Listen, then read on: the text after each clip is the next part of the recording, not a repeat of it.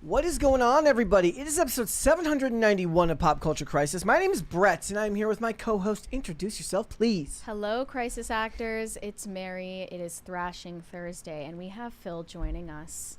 Hello. Sup? How are you? I'm well. I'm Phil Labonte. I'm the lead singer of the heavy metal band All That Remains.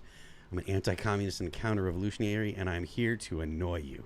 That's exactly it. It's already working. Yes! Perfect. Guys, Success! You will be annoyed, but that's okay. It's part of like resistance training. You just let people annoy you a little bit more, and then you put up with it better. It's good for you. You know what? I just clicked on the pop culture thing, and I raised my hands too high. They couldn't see the horns. There you go. So. Yeah. Mary probably disapproves of the horns, but they are not. They're secular horns. I'm going to do this. Tisk, tisk. Not even this, but tisk tisk. This. Okay. Yes. All right, guys, we got a bunch of stuff to get into today, but before we get started, would you please hit the like button on this video and subscribe to the channel if you are new here and you have not subscribed here yet already. Subscribing and sharing the video with your friends and your family and everyone you know, those are the best ways that you can help this channel grow, because the more content that gets shared out, new people find it, hopefully they share it with other people, and then the show grows. So thank you guys so much for that. So we got a bunch of stuff to get into today. We are getting ever so close to the release of the just absolutely screwed Disney Snow White movie that is going to do horrible numbers at the box office. And in their proposition to get this movie out, they are sending Rachel Zegler out to not talk but sing. Yes. Because nobody wants to risk her saying something stupid. But in that process, they have canceled the premiere in London, which is a staple for Disney. So it's already off to a bad start because they're fearing backlash. So we're going to talk about that. We're going to talk about The Last of Us Season 2, which is off to a dreary promotional start as well, because Joel's going to therapy. Because that's what you do during the apocalypse. You go to therapy. I haven't watched any of that show, and now I'm not going to watch any of that show even more. Don't even start, because the third episode is just AIDS. And I mean that literally, not joking. It's just AIDS. It's straight up HIV. Yep. So we're going to talk about that. We're also going to talk about the virus that causes AIDS. Go ahead, sorry. Yes, we're also going to talk about the host of Call Her Daddy saying that you should do a bunch of dudes in your 20s and then settle down. Well, that is exactly what she did, and people are expressing shock at this trajectory her life has taken. I am positively not shocked. I am not personally shocked. So wait a minute, what happened now? The host of Call Her Daddy is talking about the promiscuous behavior she engaged in her 20s. Now she's happily married, and people are expressing surprise that she found a man who would settle down with her.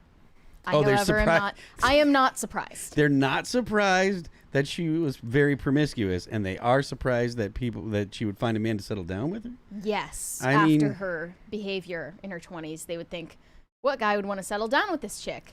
Funny how that works. There are plenty of them. Yes. Unfortunately, people I mean, so I know we're going to get into this, but we'll talk about it. Yeah, we'll talk about it. All right. So if you guys are ready, we can just go ahead and get started. You ready? Yeah, let's go. Phil? Let's go. Let's get started then.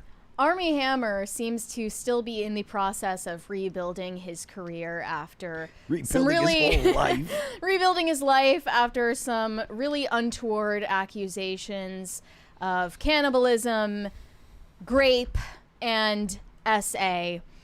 Really tanked his career for a hot minute there, but now he claims he's doing much better and even turning down jobs in Hollywood.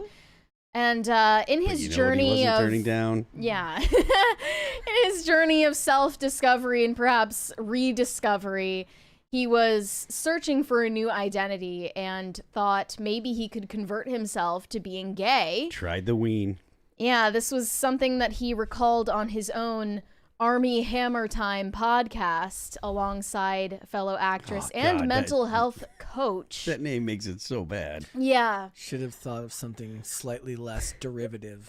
So he tells the full story in this clip. We might as well let's react to it here. Here we go. Hold on. Hooking up with a dude one time, and it was hilarious because I was like, you know what, like, no, it wasn't. Women are the worst. Like, gay dudes seem to have it so easy. Like, so easy.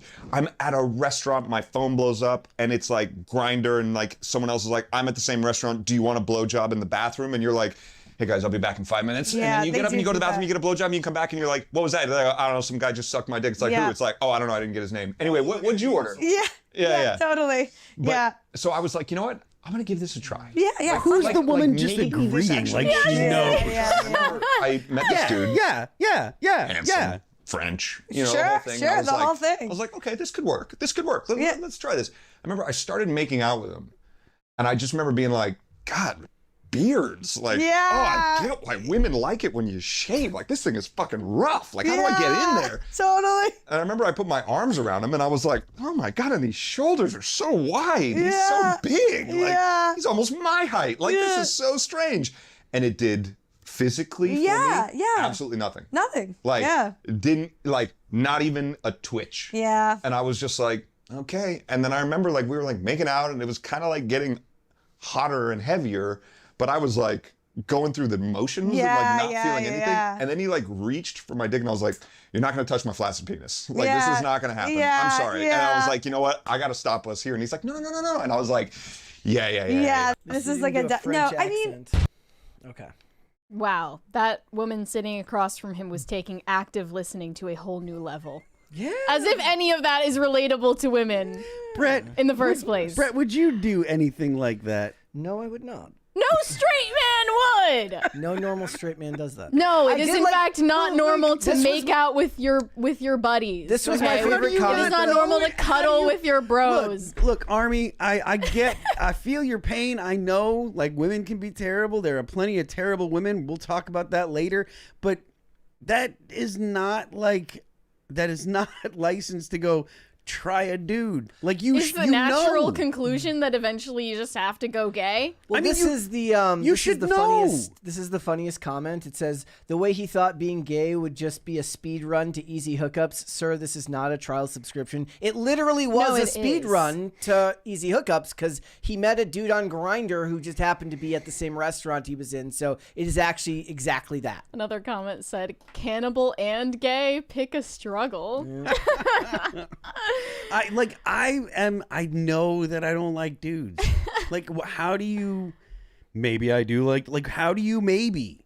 I don't think like I would be willing to put money that the story isn't even true and he's just trying to put out crazy shit to change the headlines around his name. Yeah, I would believe that. He's just kind of saying the most from Armie Hammer ate a guy to Armie Hammer ate a guy. Yeah. Well, no, he ate a woman. Now He he's was eating first guys. thought yeah. of as a heterosexual cannibal. Now he is trying to rebrand as a failed gay person. Who's the curious. person? Did he actually eat a human being, and No, was he it a did guy? not. No, He no. didn't. Okay. According to an ex-fling, Oh, it's the cannibal kink thing, right? According to an ex-fling of his, he is notoriously into biting and blood and stuff like that. And from text message screenshots, he's seen saying that he fantasizes about barbecuing women's ribs and things of that sort. So that's what he's into. But yeah, this is why I don't believe in the existence of bisexuality in general, but especially in men. It's just, you're just gay. I mean, if you consider that a possibility, you're just gay. Mike Harlow says everything I know about this man I know against my will. Yeah. Seriously. He doesn't have any roles that really stick out to people. He was in The Lone Ranger? That's He was like the only thing. he was in a gay movie with Timothée Chalamet called Call Me by Your Name. And he was in Death on the Nile, but his career was already toast by that point. He's back now, though. He's working with Bonfire Legend on an upcoming Western, Yes, he I is. believe. So he's making his comeback in the industry, and one of the ways to do that is to change the headlines around your name. And failed acting cannibal doesn't hurt quite as much as failed acting failed gay person. Is he a bad actor? No, I haven't seen him not in inherently. anything, so I don't know. He's fine. He's only thing I've seen him in was the Lone Ranger, which wasn't good, and Death on the Nile, and he actually was he ended up being the bad guy in that movie. But they cut down his screen time because I don't know. They didn't cut down his screen time. They cut down his promotional material. Well, you don't know, Yeah. really. I don't think they cut down. The movie was already like filmed and locked by the time all that stuff came out. I just think that if you're a man who is open to experimentation with other men, you're just gay. It's not that complicated. And it's like Well, obviously, it's an attention grab.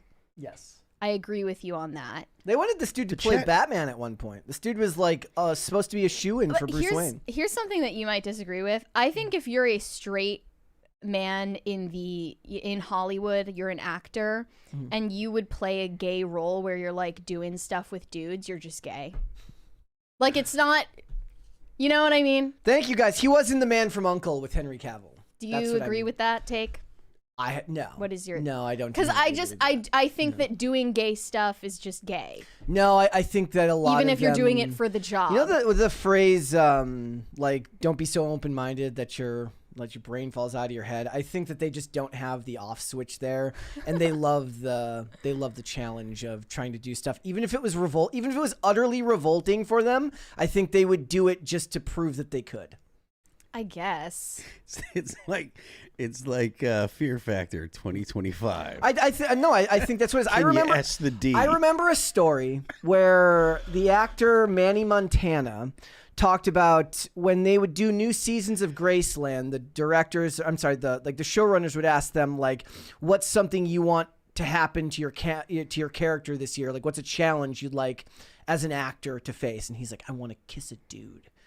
And but the thing is, in 2013, that was considered like edgy and risque for the industry. And what you're seeing now is just that taken to its logical conclusion, where it can end up with awards and critical acclaim from people in the industry. What he's doing here is just weird shit that has nothing to do with. None of this has anything to do with acting and everything to do with just if it's true. I mean, like, I don't even necessarily. I think he's lying. Yeah, but I think he's. I lying. don't. I don't think he's lying. I think he's lying. But if he's not, it's just weird shit, and it has nothing to do with acting. I think he's oversharing it because he wants to get attention, but I do think he's telling the truth because he's such a degenerate.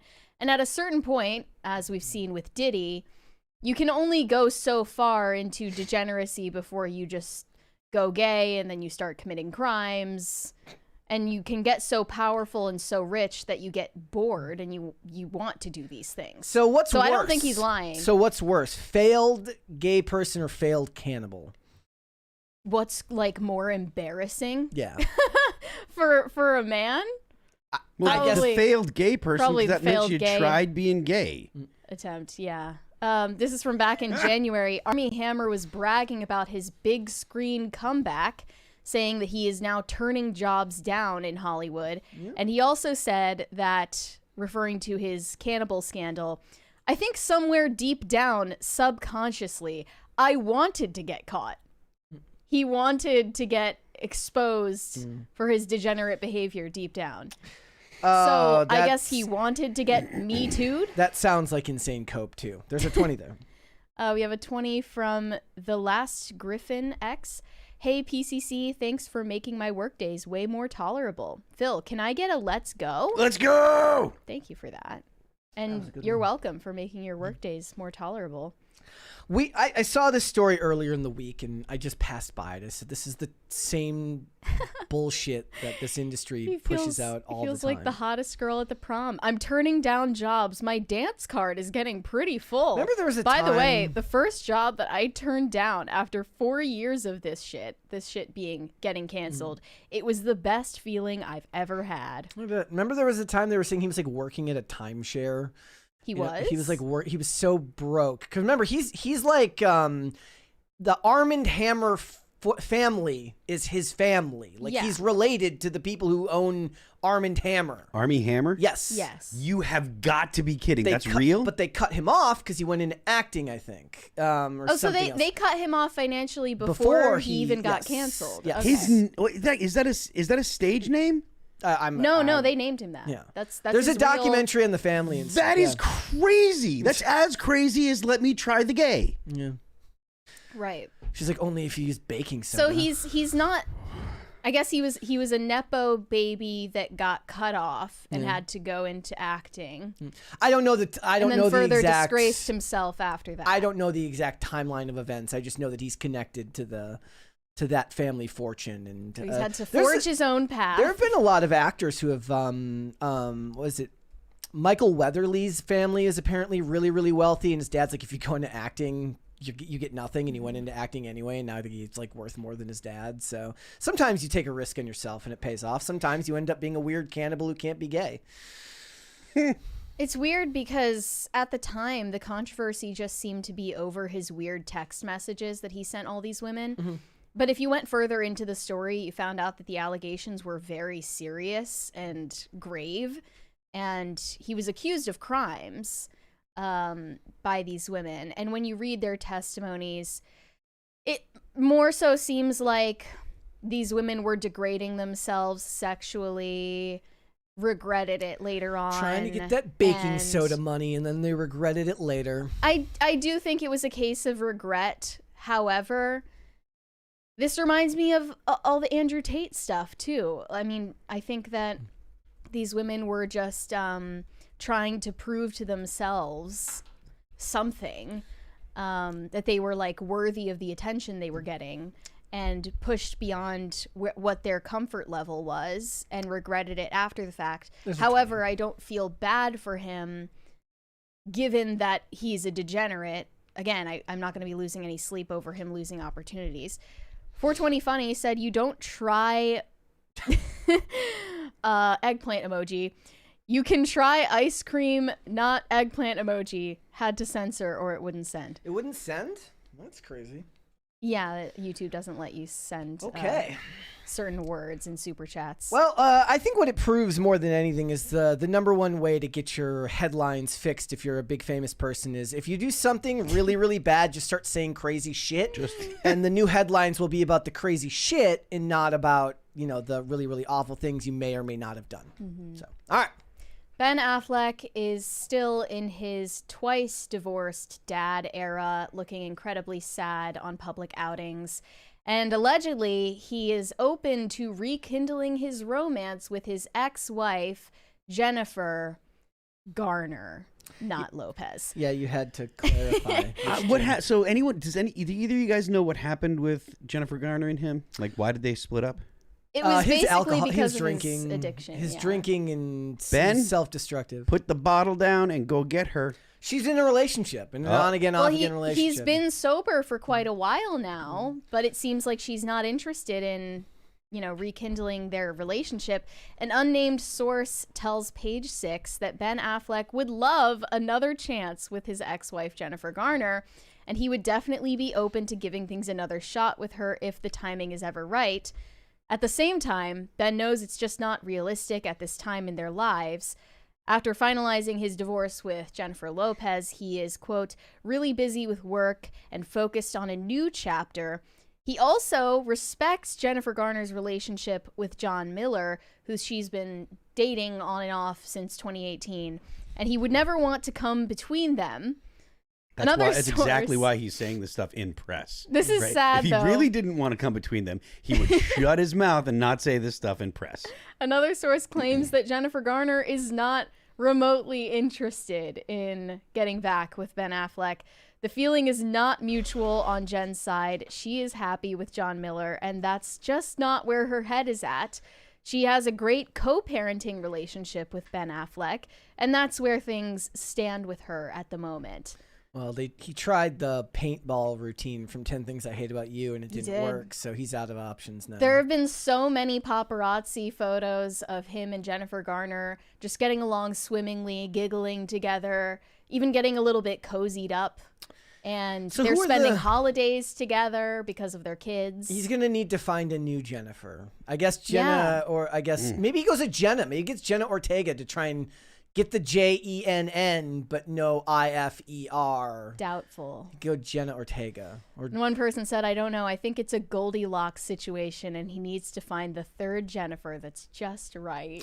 Who's another Jennifer? Jennifer Beal? The question is, who is directly in between Jennifer Garner and Jennifer Lopez on the crazy hot scale? I can't think of any off the top of my head. Because Jennifer Garner is the stable, nice one.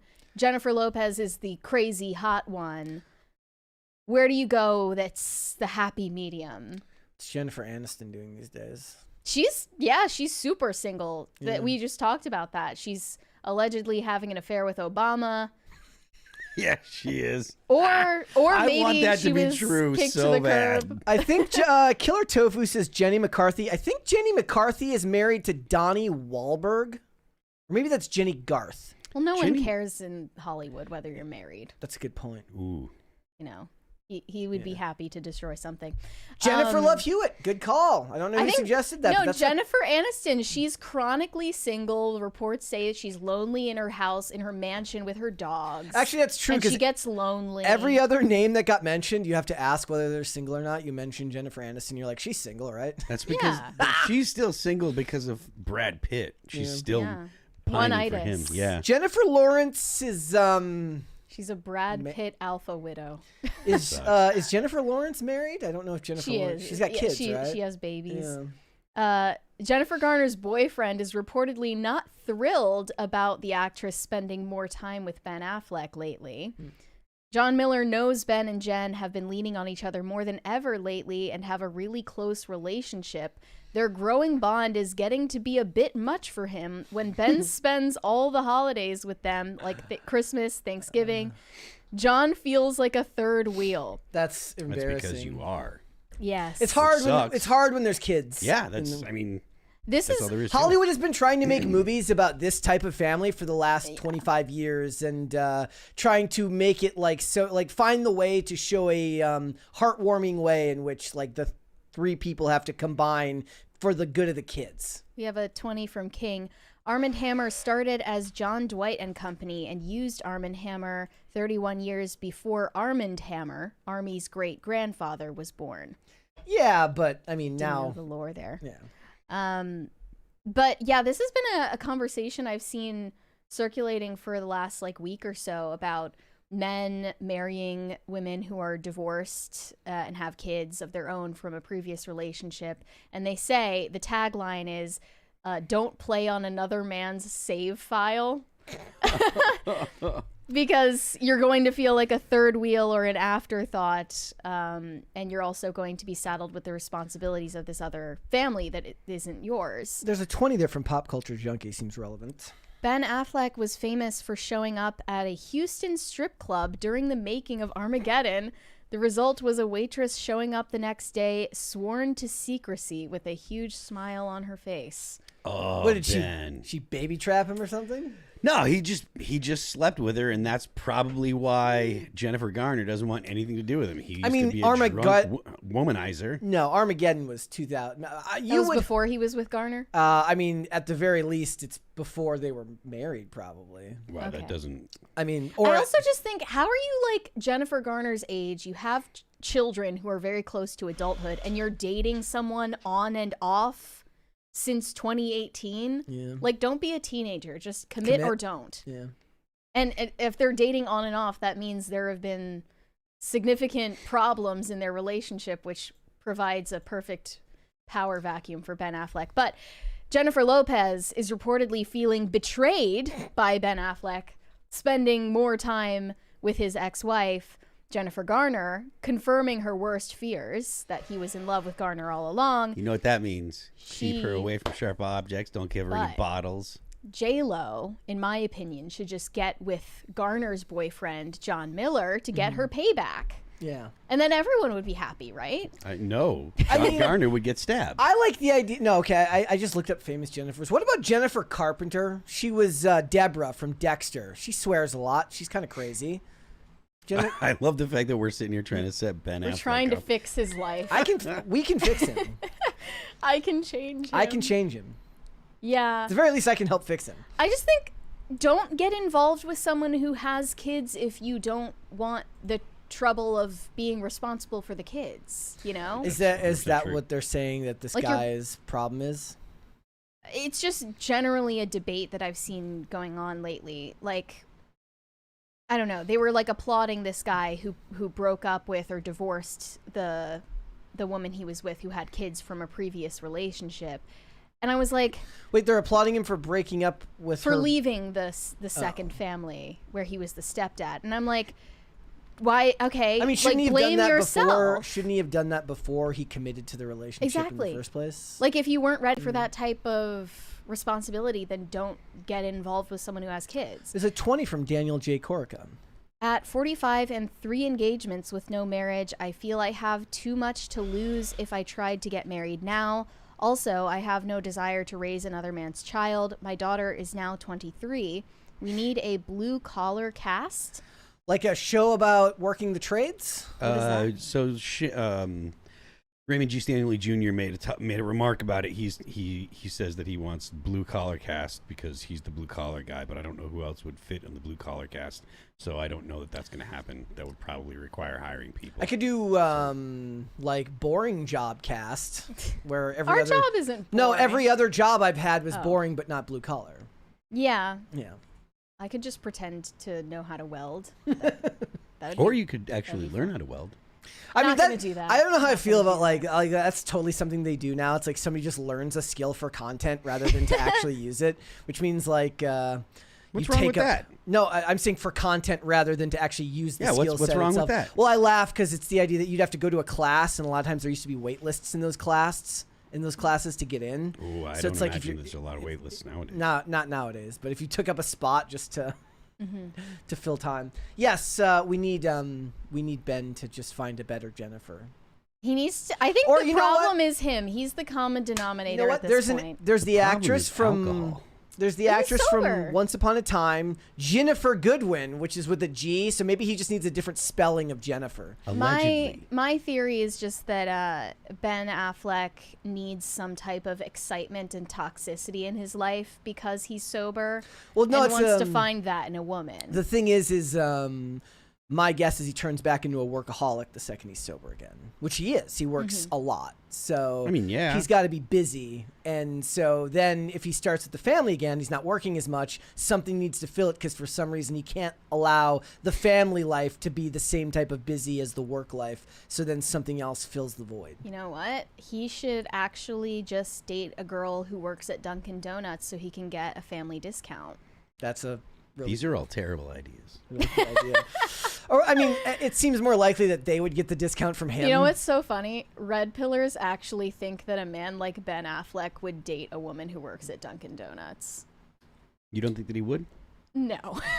No, not a chance. No, I think most of the celebrity class, there are the rare exceptions. Obviously, Dolly Parton's husband just died, who was so a lifelong construction foreman. As normal as normies get. But the point is that situation is unique to the point where everybody remembers it because most do not do that. Most date somebody else in the same social class. But is it saying that it's actually a good idea? The fact that it worked? Because if you... Yes, that it is a good idea, but not common. Thank you.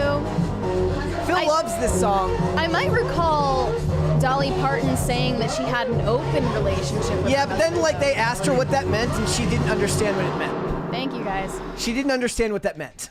Yeah, I think she just said it's like we don't freak out if the other one flirts with someone. Yes, it was not what we know as an open relationship. At least I hope so. But the point being, see, the sweet spot, as I always say, is the television actor who date other television actors, right, where it's the blue collar version of Hollywood, and obviously, blue collar is the people who work in the trades aspects of Hollywood, meaning the set designers and the people who actually build everything and construct. But in Hollywood terms, a television actor is not to the same level of celebrity as a movie star, so there's a lot less scrutiny. Do grips and... That would be blue collar. Yeah, do they count as blue collar, though? I would think... I mean, I think of anything below the line worker as blue collar as by Hollywood standards, meaning that they get none of the adulation or appreciation. Okay, by everyone else's standards, though, I am under the impression that the way that Hollywood looks at itself is not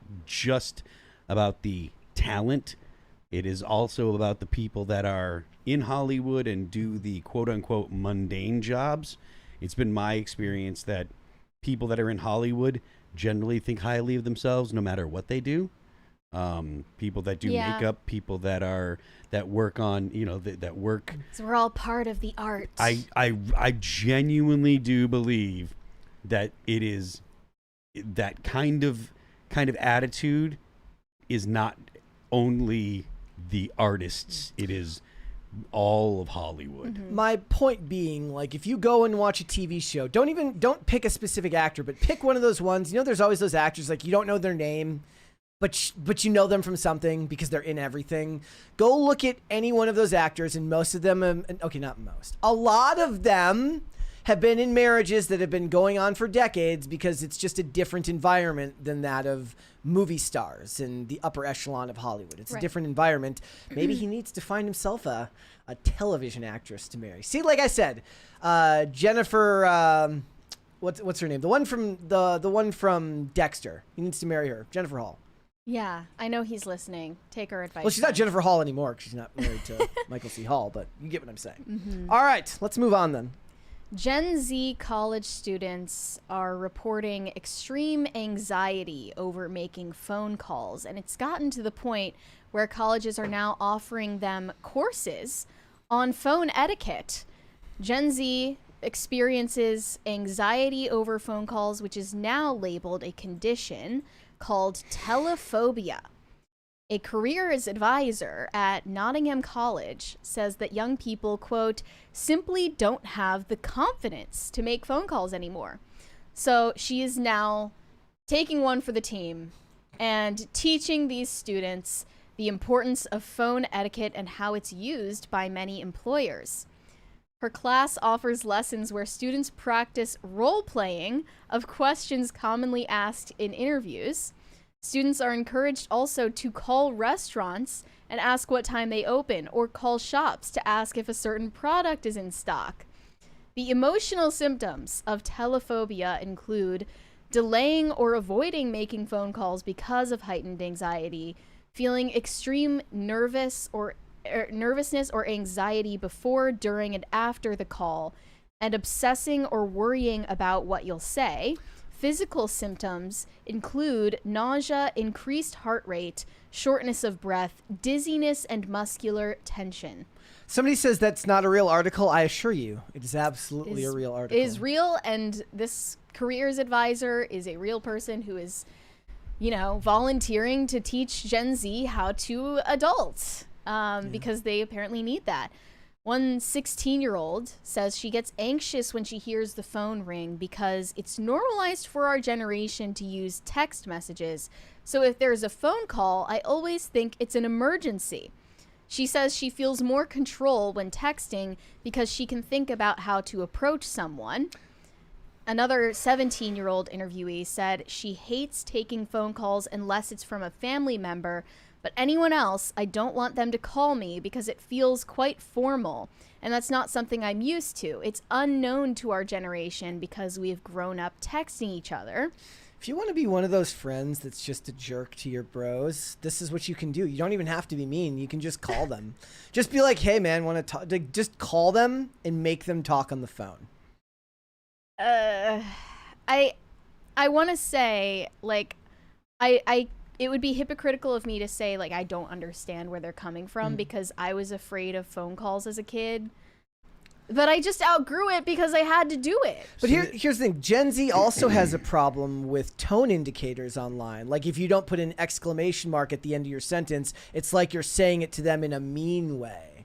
So that's a level of babying unto itself, where it's not just that it has to be text, it has to be the right type of text messaging. Otherwise, they're going to misunderstand what you were saying, because not everybody says everything the same way. Not everybody uses emojis. Some people do, some people don't. So I know people who have never put a period or an exclamation at the end of any text that they've ever sent. So you learn to not take that to mean something specific. But the point is the best way to avoid that at all is to just talk on the phone. But it's inconvenient to modern life these days. Most people don't want to talk on the phone, or they're at work or in a setting where it's not normal. Like, to me, getting a phone call at night is only weird if it's after a certain time. Like, if my dad was to call me past a certain time of night, that would be weird.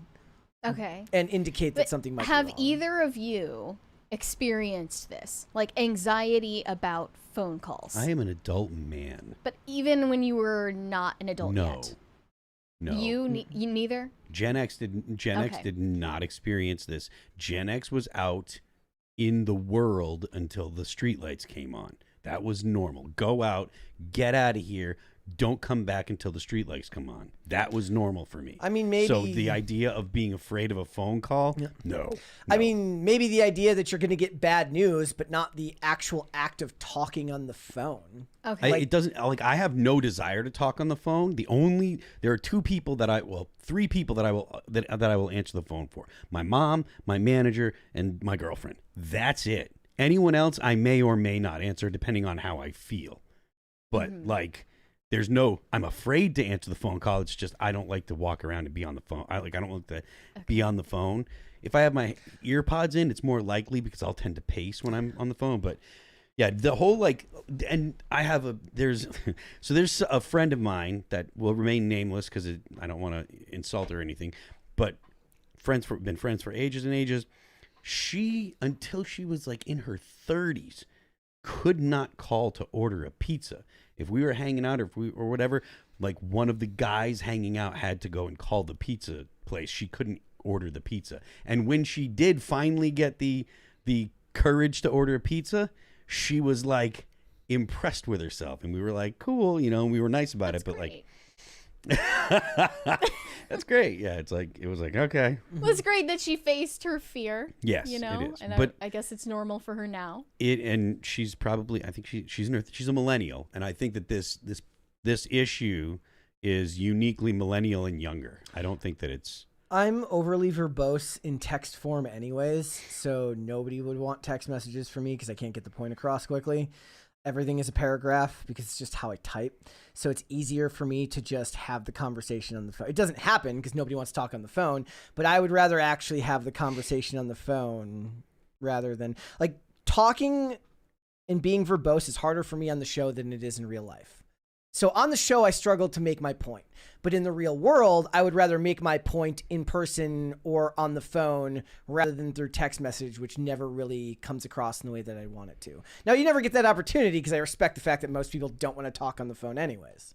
But I disagree with the entire premise Gen Z seems to have, that texting is somehow easier or more efficient at communication. It's neither of those things. And I actually have the opposite. I have like textophobia. I cannot stand texting. I hate doing it. It accomplishes nothing. And people just do it to pass the time. I don't understand that. One thing I have noticed is that Gen Z is obsessed with FaceTime calls. That was the next point I was going to bring up is like, how is it that they hate being on the phone, but they want to look at your face? Yeah, what's that while about? talking in a broken connection where you can only hear every fifth word. Phone call to me is top tier. Next would be texting, maybe, and then FaceTime is like the worst. I hate FaceTime. I made like a X post. No, it was on here where I was like, anybody who FaceTimes in public, just straight to jail.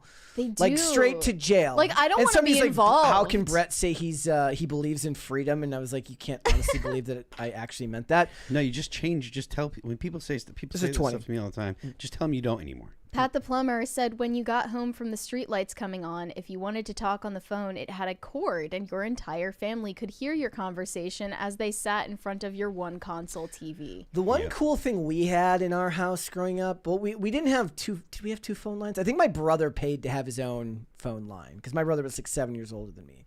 But we had these like intercoms that we got at a garage sale that would like, you could call up from the basement to upstairs, and I don't even think they ever worked that well. We might have used them like 5 times total, but it was like an intercom system where you could like hit the button and say, "Hey Dad, can you hear me?" And then like by luck he might actually be in the living room where the other intercom is.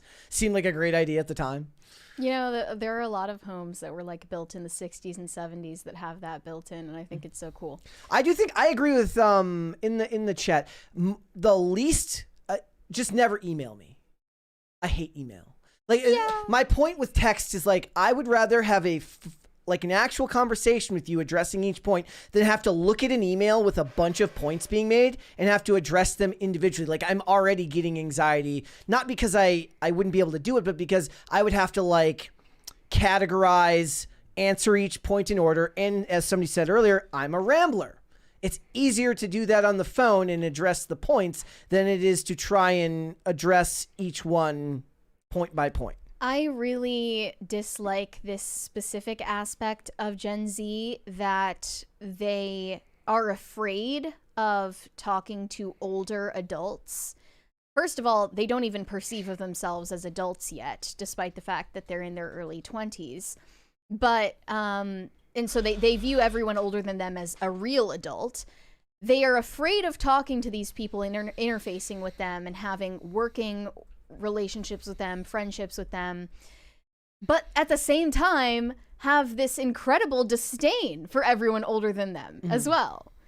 So you're gonna talk tough online, saying that you hate old people and you hate boomers and you hate Gen Xers, but you're also afraid to talk to them on the phone. Well, it's like the people who talk That's about, just embarrassing. we need like we're falling into fascism. We need a revolution. Well, we'll believe that that's going to happen when you can answer the phone. Again, I really felt Wendy Williams when she said, "Shout out to people who have social anxiety. I really feel bad for you." Yeah. Like, I do. I think that it's just embarrassing to still deal with that as an adult, because exposure therapy is the only way. And clearly, if college advisors are responsible for teaching these young adults how to make phone calls, their parents are the ones who effed up, who didn't instill these skills in their kids before they entered the adult world. And that's the other thing, like, you can talk about how nobody answers the phone anymore, but if you're going to get a job, you're going to have to answer the phone. Yeah. You're going to, like, before you get the Skype, like, first interview, you're going to have to answer the phone to set this up. Like, you'll have to an email, a phone call, Skype interview, maybe an interview or interview in person, maybe a Skype interview between that. It's very, very ridiculous. Now, for instance, I'm not a huge fan of, like, large group settings, but that's not because I have anxiety. It's because there's just an inability for me to, like, converse effectively, partially because I'm deaf in one ear and I either talk too loud or too quiet for the environment, and it ends up being me repeating myself and not being able to hear anything that's being said because of the amount of voices that are going on in the space. But I'm not inherently anxious because there's multiple people there. I just don't communicate well in those settings.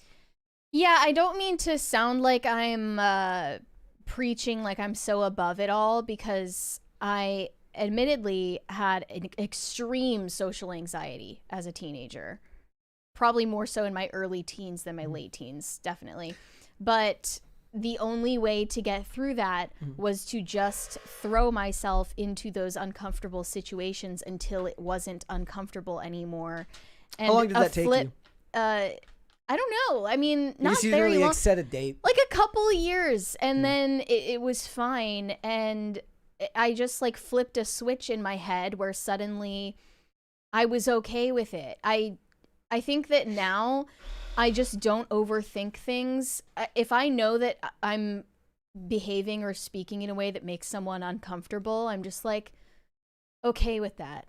Like, I feel really okay with making people uncomfortable, you know. Is that, I feel like that's the key. Thank you. It's probably, like, given your line of work, it's probably more to your benefit. Yeah, but I had to resolve that before I even ended up being a podcaster.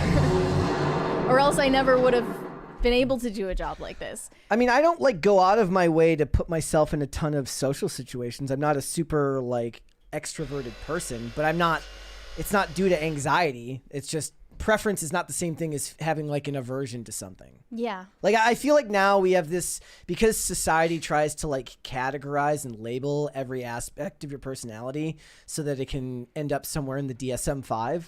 Like, what used to once just be like a semi-quirky aspect of who you were now has to be pathologized, where it's like, oh, he or she does not like to go out a lot, therefore they're, I guess, introverted or antisocial. It's like, no, not necessarily. Sometimes you're just like that, and it's not for anxious reasons. It's just a personal preference. I remember specifically this one instance when I was like 14. I really wanted to go into this coffee shop and just order like a tea.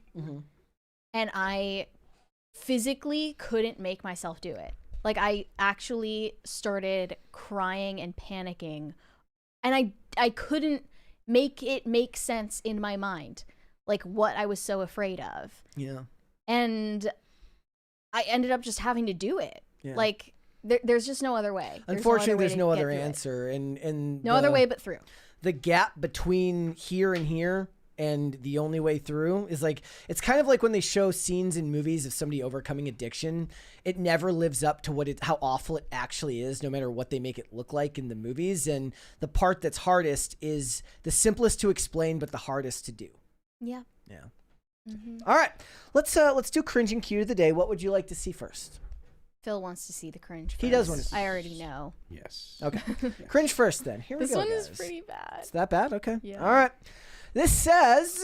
Speaking of people who just like don't have social anxiety. Okay, here we go. For a second, I want to say to you, you have a very cute, soft, like a girly voice. Thank you. A lot of people say the reason people have girly voice is something bad happened to them at that age. Were you touched at an early age, or were you fine? Oh my God. That's the creepiest question I've ever heard, and no, but it's so inappropriate. It's not even funny. Well, I had a girlfriend once that talked like that, and it turned out 6 years old. It was horrible. Ew, I don't want to talk about this. Okay, we don't have to talk about that, but I do want to talk. Can we talk about? We can stop for a second. Who is that man? I don't know. This is actually really good cringe because it's really cringy. Yeah. It's not just like, some kind of. Anyways. I outdid myself with this one. It's solid. Good That job. might be my favorite ever. Really? Can I just ask you the most personal question and then ask you a follow-up? To her credit, she handled it pretty well. She did. She put she put boundaries up. She's Yep. like Good for her. that was inappropriate. Yeah, good for her. Like there's a whole nother classification. There's a whole nother type of woman that would have made that the worst interaction in history. I know. I can't believe that he most. goes in for the follow-up about the same topic. He's like, okay, after so you weren't- She's like, this is totally outside of okay. And he's just like, how about we talk about it some more? He's like, so you weren't raped as a child. All right then. Well, I knew a girl who. What do you think about that? Okay. With that being said, guys, Is that let's, the whole that's the whole That's it. thing. Good. That's the whole thing. Thank Let's God. do Thank God. cute of the day. Do Okay. one here. All right, guys. This one is from Deadman. Says this is Valentine, a very fluffy, soft kitty that is very affectionate Very cute. and sideways. very cute. Posing like that. That is a very cute cat. Remember, guys, you can submit your pets. Hashtag PCC Pets. Tag me and the show in there. Mainly me. I will see it and add it to the queue. I know I've missed some of them. I do apologize about that, guys, but it does happen. I don't mean to. But we will do this one as well. This one's from Layla. My girl Peanut, protecting the coop, exterminating mice, living the dream. Very pretty eyes. I can't tell if they're two different colors or if it's just the angle of the photo. Kind of looks like heterochromia. Yep. All right. Relatable. All right. Let's get started. Snow White is releasing later this month, and I was just remarking the other day how strange it is that I haven't seen much press for the movie yet. I haven't seen Gal Gadot and Rachel Zegler going into interviews together. Well, reportedly, that is not even going to happen. A report from the Daily Mail reveals that Disney bosses are refusing even to hold a Snow White premiere in the UK over fears of backlash over woking it up. Whistle while you woke. That's a little catchphrase that we came up with before the show today. Yeah, an insider claims Disney is already anticipating anti-woke backlash against Snow White, and they have reduced the media schedule to just a handful of tightly controlled press events. See, I like my theory is that Rachel Zegler is just lazy. So she did all this so she wouldn't have to do a bunch of press junkets. Like, that's kind of genius. Like, of weaponized incompetence. Just make them think you're incapable of doing interviews. That's such a and you'll good be spared idea. all the work. Well, she just did her first tightly controlled press event in Tokyo the other night. And it didn't consist of any interviews from what I saw. She was only tasked with singing live. whoever came up with that idea is a genius. Yes. Rachel Zegler doesn't communicate well at all. She, however, does sing in an above average fashion. So the best a great thing you can singer. do, the best thing that you can do right now is to promote the aspects of the movie that are probably going to be the only ones that aren't contentious outside of people maybe just thinking the songs are below average. But the messaging of the songs won't have as much of an impact on the average everyday person. Now, there's going to be Disney diehards who are going to debate whether choosing certain songs over another. Remember, they did the Oscars presentation the other day, and they came out to Someday My Prince Will Come, which I'm sure just made her very angry, or whatever the song is. But in general, having her sing is a great idea because she can sing. She just can't communicate without, making people criticize her. Right. So the genius PR strategy they have come up with is just having Rachel Zegler do what she is best at doing, singing, not interviews. And so far, I've only seen videos coming out of her performing the original songs they've come up with for the movie. And they say Disney has taken the highly unusual step not to host a London premiere for the film, and they are minimizing the amount of press questions that Rachel Zegler gets. So she is officially muzzled because she hasn't proven herself capable of promoting this movie. She's tried to come out and find her way back to the middle recently with trying to pull a Henry Cavill and saying, well, people are just passionate about this movie, which wasn't the tune she was singing not that long ago, but it reeks of, the hand being held by the Disney press junket and the Disney PR people. So the question at hand is, can Rachel Zegler's vocals save this movie? No, it's too late. From disaster. I mean, given what the opening projections are, it's too little too late for this movie. Remember, this movie was not just a product of her bad publicity, but also the writer's strike. This movie has millions upon millions upon millions of dollars sunk into it. It's not going to make its money back. I mean, I wonder, even if Rachel Zegler hadn't caused all of these unfortunate sound bites to go viral, would this movie have a chance of performing well at the box office anyway? Because look at the performance of the Little Mermaid movie. That was another race swap. But Halle Bailey, who starred in it, never said anything disparaging about the story. She was completely nice and amicable in the press, said nothing toxic. She didn't take the bait when interviewers gave her inflammatory questions. I don't even remember. And yet it still lost money. I don't even remember interviews with her. She did interviews. They just didn't go around going viral because she said only nice things. Yeah. And it still didn't make its money back. It opened to $95 million in the 3-day. 118 in the 4-day. It made like $560 million total at the box office. Still not enough to justify the $200 million budget, plus the $100 million they would have spent on marketing the movie. So I'm thinking maybe this Snow White live action wouldn't have performed well regardless of who they chose to star in it. The only way that they can save one of these princess movies is to make the love angle prominent again. Yeah. They can't shelve it for feminist reasons. They can't shelve it for... But you can't boss bitch and be like the damsel in distress at the same time. And they're going to continue to pick boss bitch until the people that are writing these movies are no longer writing these movies. Yep. Yeah, they have really let the character of Jonathan take the back seat. Haven't seen him at any of these press events. He's going to be showing up with her at the next at one of these screenings. Him and her.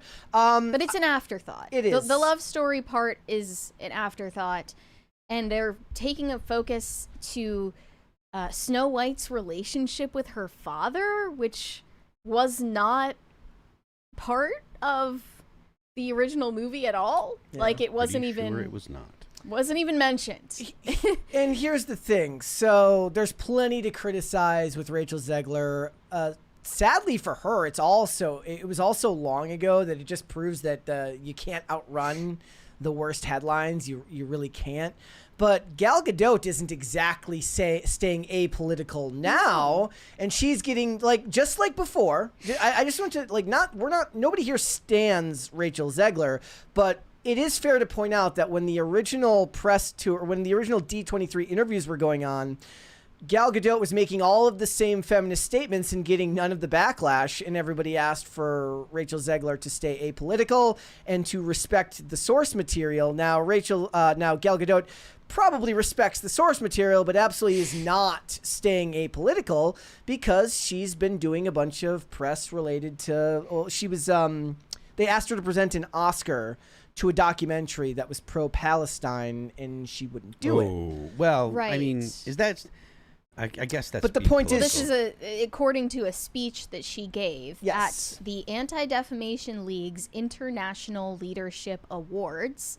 She was honored for her unwavering support to Israel and posted about it on her Instagram, saying, "Deeply honored to receive this award from the ADL. This moment is all about us standing together, proud, strong, and refusing to be silent in the face of anti-Semitism.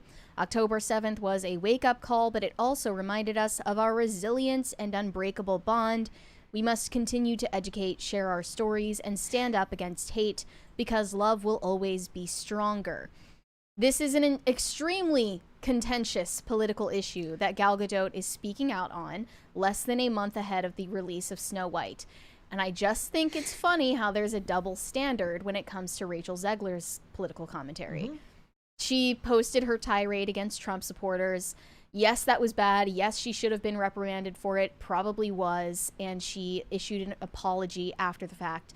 But why is it only okay when Gal Gadot says feminist stuff? When Gal Gadot makes political commentary? It's really weird. It's like she's stuck between universes and just Like, I'm sure that must be absolutely infuriating to Rachel Zegler. And oddly enough, think probably it's- reinforces what she already believes. Do you think it's pretty privilege?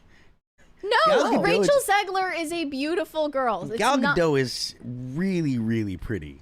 Yeah, I think they both are. No, this has nothing to do with that. I don't think it is related to their looks. Talking about Israel is very different than talking about Palestine in Hollywood. Yeah. It's Yeah. sorry, but it's true. It's Right. to them, she's going to get the pass because it's an approved headline. But Who? still, that doesn't Wait. exactly... Gal Gadot, the media is not going to report on it the same. They will not.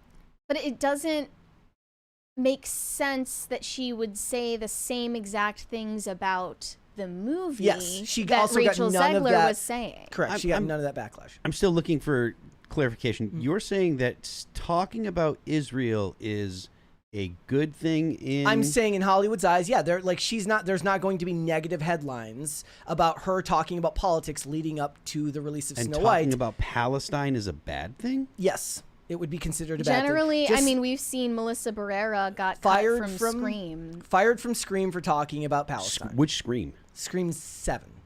So that's recent? It's That the was- one that it was the next one yeah. that's going to be coming. out. Because it's my impression that the left and the media, which is including Hollywood, is very pro-Palestine and not particularly Hollywood is pro-Israel. The Hollywood talent, is yes, split on that. But the business executives in Hollywood who are behind the scenes are largely more sympathetic to the Zionist cause. So they're less likely to face consequences when they say pro-Israel statements in the media. All I'm saying is In like Gal Gadot's there isn't case.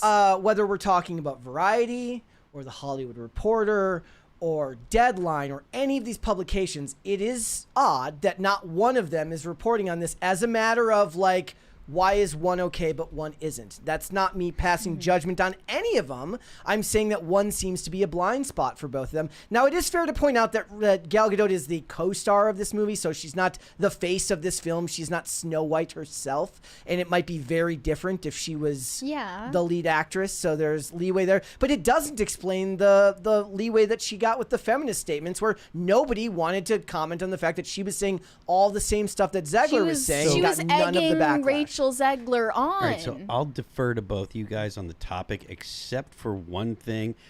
Rachel Zegler is not pretty, and Gal Gadot is absolutely beautiful. I think it's pretty clear that Rachel Zegler is at least Overruled. well above average. Overruled. I think people are making comments calling her ugly because they don't like her personality.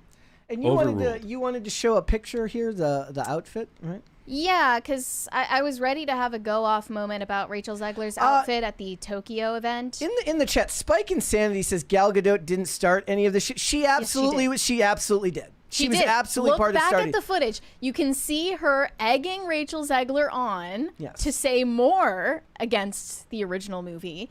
And she's saying she's not going to be saved by Plus- the prince. And correct. Kloonberg is correct. She also did the Imagine video, which should have Yes. gotten her banished from all of Hollywood forever. Absolutely. Yes. So, yeah, there was this outfit that Rachel Zegler was wearing at the Japan press event, which you can see has this crest on the front.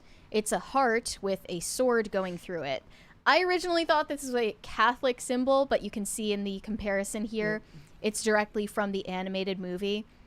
Or rather, they're saying that it's possibly an arrow through the heart in the animation. Regardless, this was the gown that she wore. She looks beautiful. I'm not going to sit here and say that Rachel Zegler is ugly just because she has an ugly personality. I think that's unfair. I'm basing my opinion purely on the way she looks. But And if I'm not we're saying she's ugly. judging- I'm saying that she's not nearly as pretty as Gal Gadot. If we're judging based on Rachel Zegler's social media presence and the people that she consumes, or the ideas that she consumes on social media, she probably thinks like one of the watermelon emoji snot-nosed brats who hates Gal Gadot for her Israel support. And I think that's a significant reason why they have such a tense demeanor when they're appearing publicly together. Gal Gadot is so that's not a Israeli, good though, sign. isn't she? Yes, she Yes, was. she is. She was born in Israel. She was in the IDF. Yeah, but it's going to be. I think they should make them both go on press tours. I think it would be good, like you said, exposure therapy. Together? I think they should make them go on these tours together. It will help. It would help Rachel Zegler for the rest of her career to have to learn how to do it without looking like she absolutely despises the person next to her. And we're not talking about like paused images, like people were dissecting the way they were walking out. I like the one that said like when they walked out on the Oscar stage together, it looked like she was running to stay ahead of her so she didn't have to stand by her.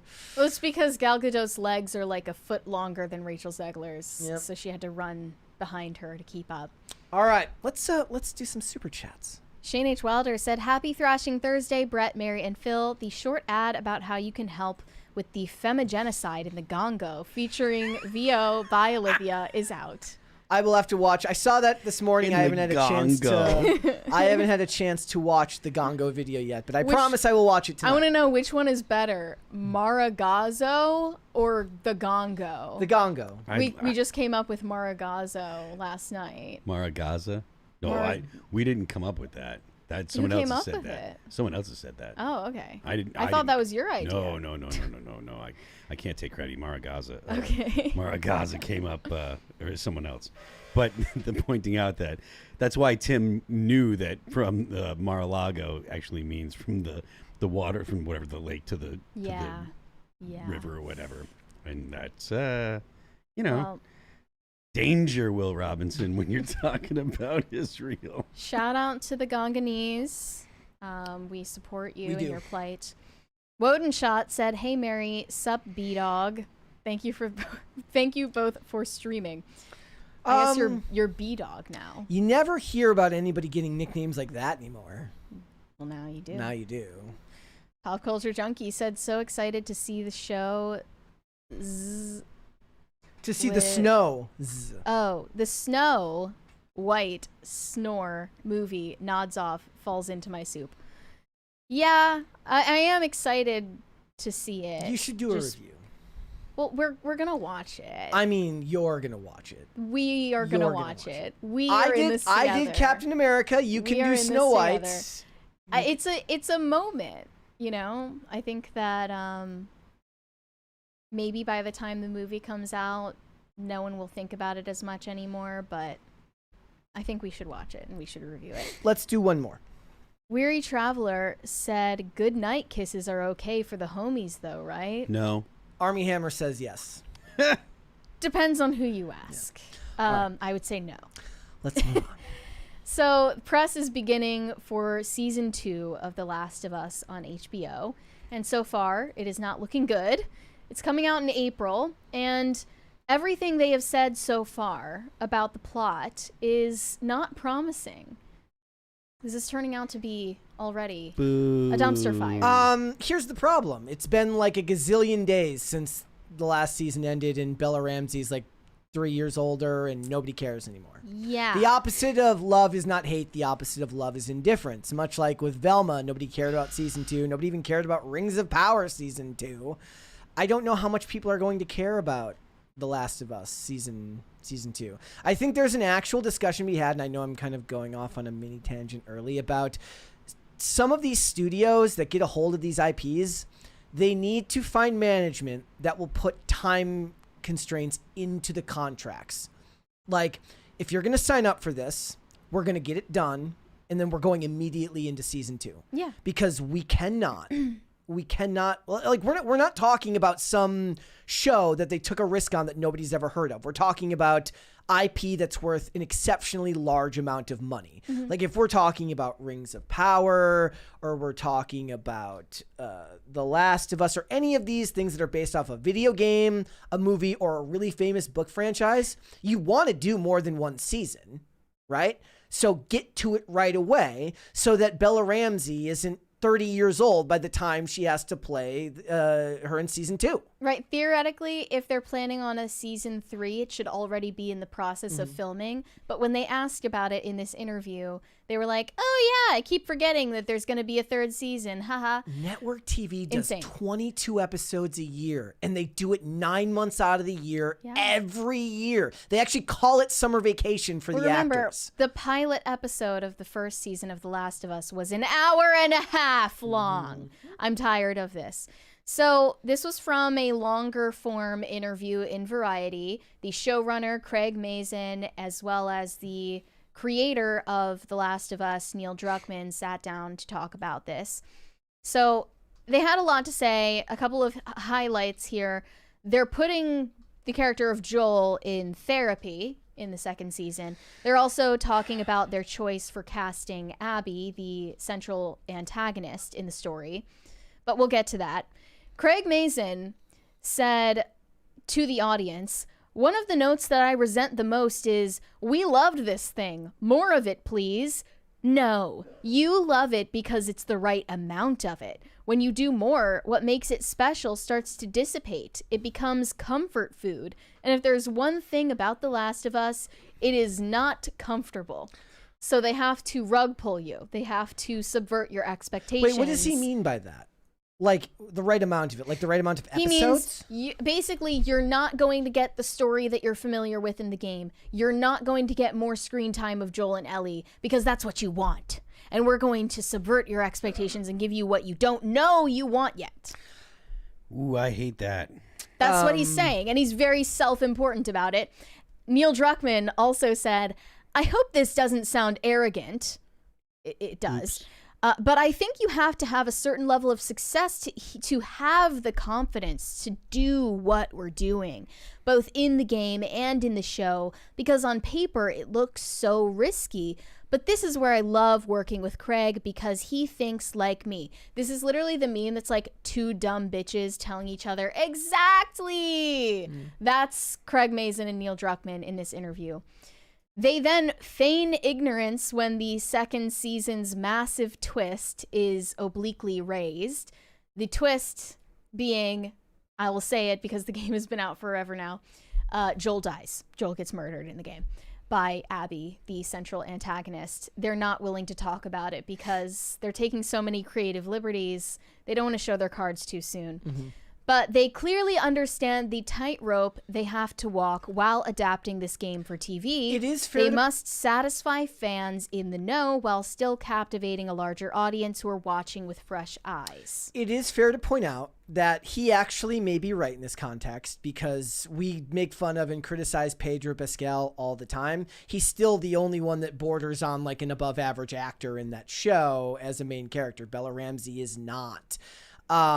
Keeping him alive can only benefit you, and nobody, like, it's one thing to talk about following the game and the continuity when it's one that everybody liked. It's a whole different ball game to talk about game and continuity when it's one everybody hated. So maybe this is the time that you break from continuity, keep him alive because you've already paid for him. You might as well get all the exposure you can out of Pedro Pascal. I'm sure he does not come cheap.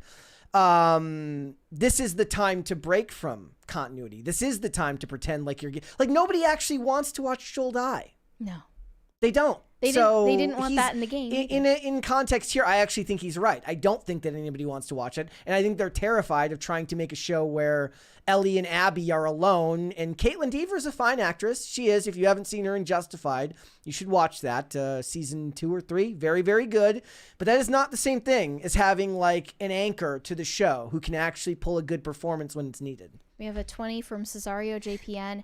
Neil Druckmann, trying hard to be part of the Hollywood elite, is snubbed at an awards show, and his favorite questionable muscle-bulking, non-binary femme character is miscast as a more realistic girl. They talk about that in this interview. They talk about whether she was able to embody the character in a way other than the physical. Yeah. Also, that I guess Brock Lesnar just wasn't available to play get Abby. there.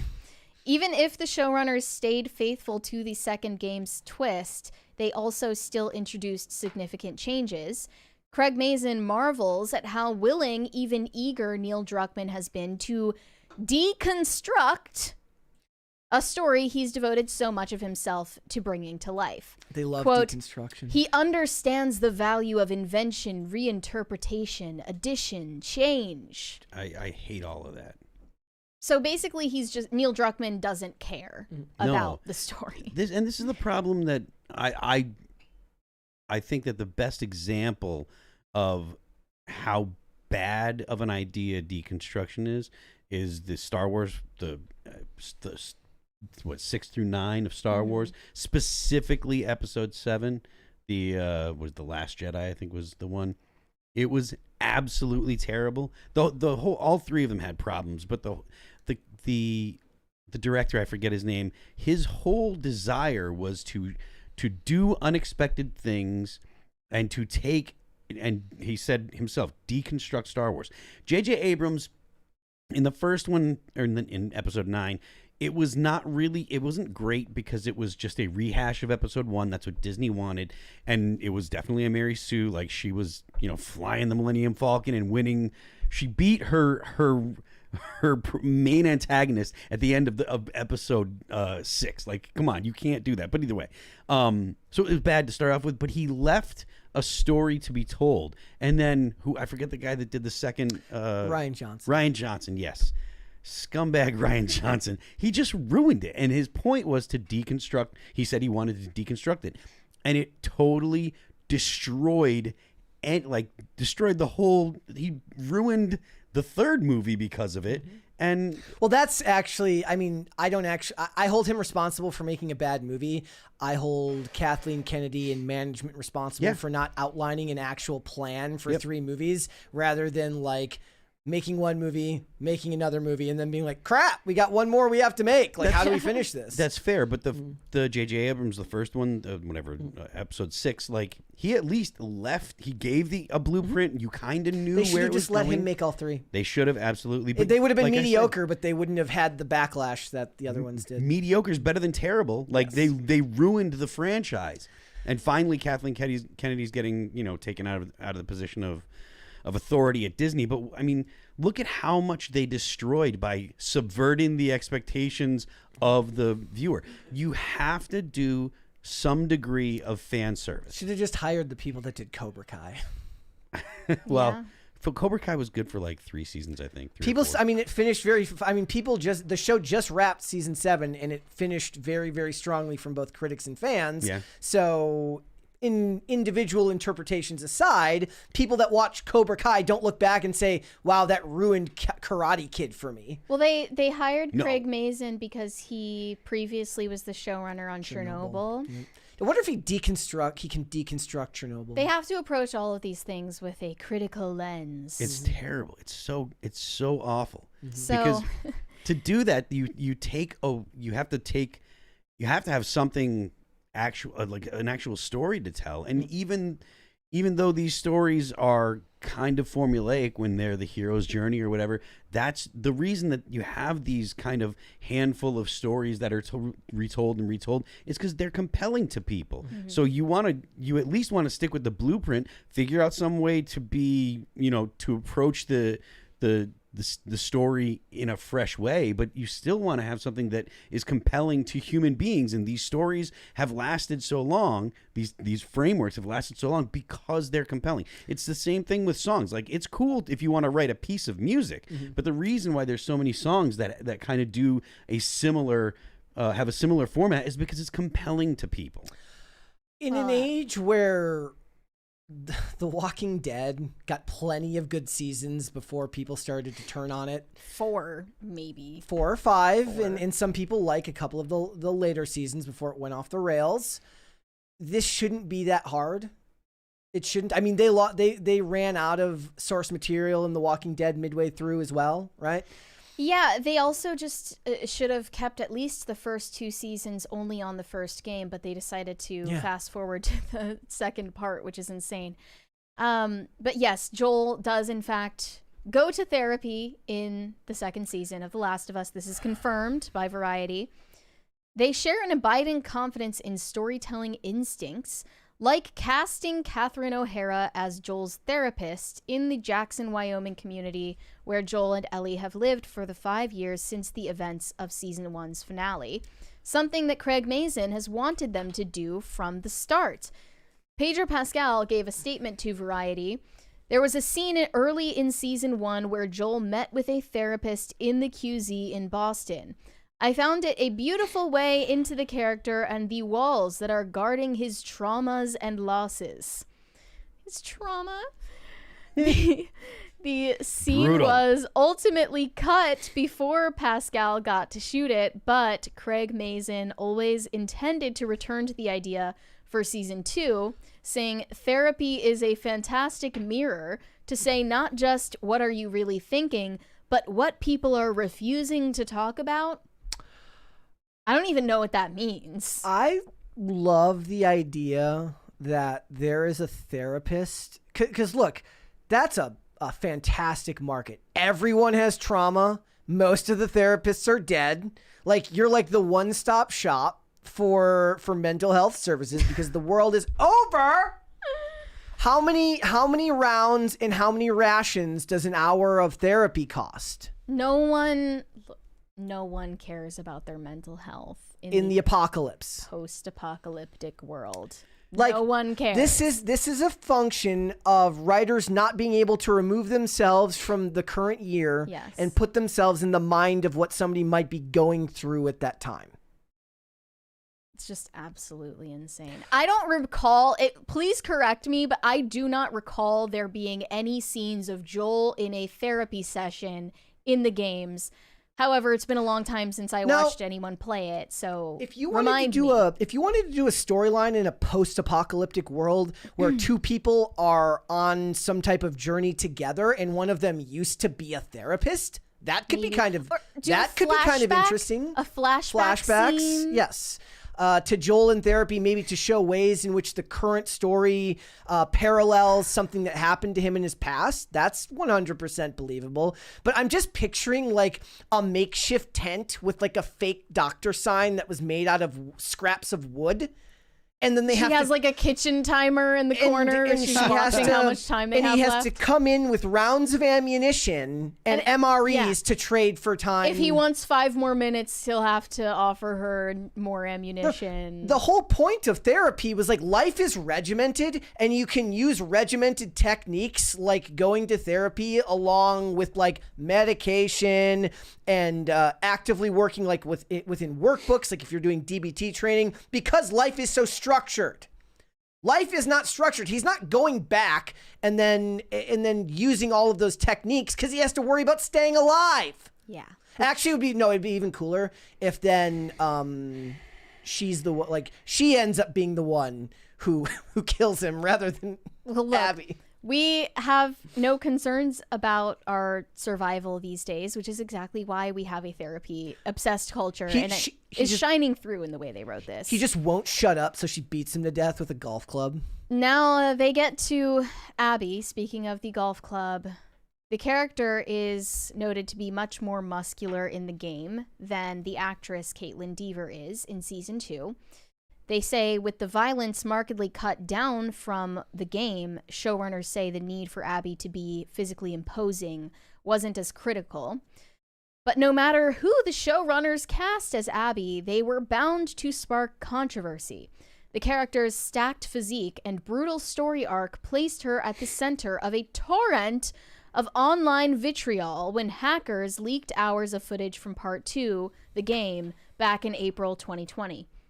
As Neil Druckmann and the team at Naughty Dog scrambled through COVID isolation to make the game's June release date, they were inundated with anti-Semitism, misogyny, homophobia, and death threats to themselves and their families. Do you think it's because they listed all of them that people don't believe them? I was on board until they got to the death threats part. Like, even anti-Semitism? I don't even know if any of these people are Jewish. What does that even mean? It's just a litany of things that are bad that you can't say. It was just a bunch of people saying that they didn't want Joel to die in the second game and that they don't like Abby as a character.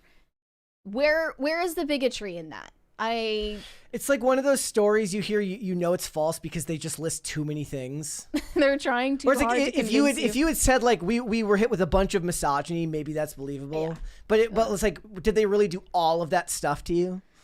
We have a 20 from Henry Orea. Good afternoon, guys. Moving forward, do you think Marvel and DC movies will be less woke? Were you guys surprised Wicked and Emilia Perez didn't win big Oscars? Thoughts? Pop Culture Crisis rocks. Thank you. I was surprised Wicked didn't win more Oscars. I felt like Wicked was their bridge between smarmy, annoying, very, very, very self-absorbed Hollywood, artsy fartsy garbage, and then the mainstream big budget box office. It was a fantastic bridge for them where it is every bit the artsy stuff they love, but it's also has big box office potential. I was not surprised that Emilia Perez did not win more, but I was surprised that Wicked didn't. As for Marvel and DC, I don't know. Like when you ask those types of questions, I need more like specific examples, like better than this or worse than this. I don't know. Well, like, we're still all of the DC movies that failed, they didn't fail because they were woke, other than maybe Blue Beetle. They failed because they just weren't that good. Yeah, DC had some problems with writers. And I liked most of those. I think they should have let Zack Snyder do them all because I liked a lot of the DC stuff that he did. I liked The Flash as like a movie I'll watch one time and never watch again. I liked Aquaman as a movie I'll watch one time and never watch again. Aquaman 2 was like that, but less. And all the other ones were just... Blue Beetle was the only one that was just really annoying to me, and the rest of them were just meh. Culturally, we're still in a state of limbo because a lot of things are on track to release that were written and filmed and already done and made before Trump's victory. Mm-hmm. So you're seeing a lot of things come out that noticeably don't hit where people... like where people are at right now. If I wasn't in recovery, I would get drunk and watch that movie G20 with Viola Davis and like review it drunk. I think actually the making of season 2 of The Last of Us is exactly that example. Like skits that they wrote for SNL before they knew that Trump was going to win the election don't hit. Like they don't make sense. Correct. Thank you.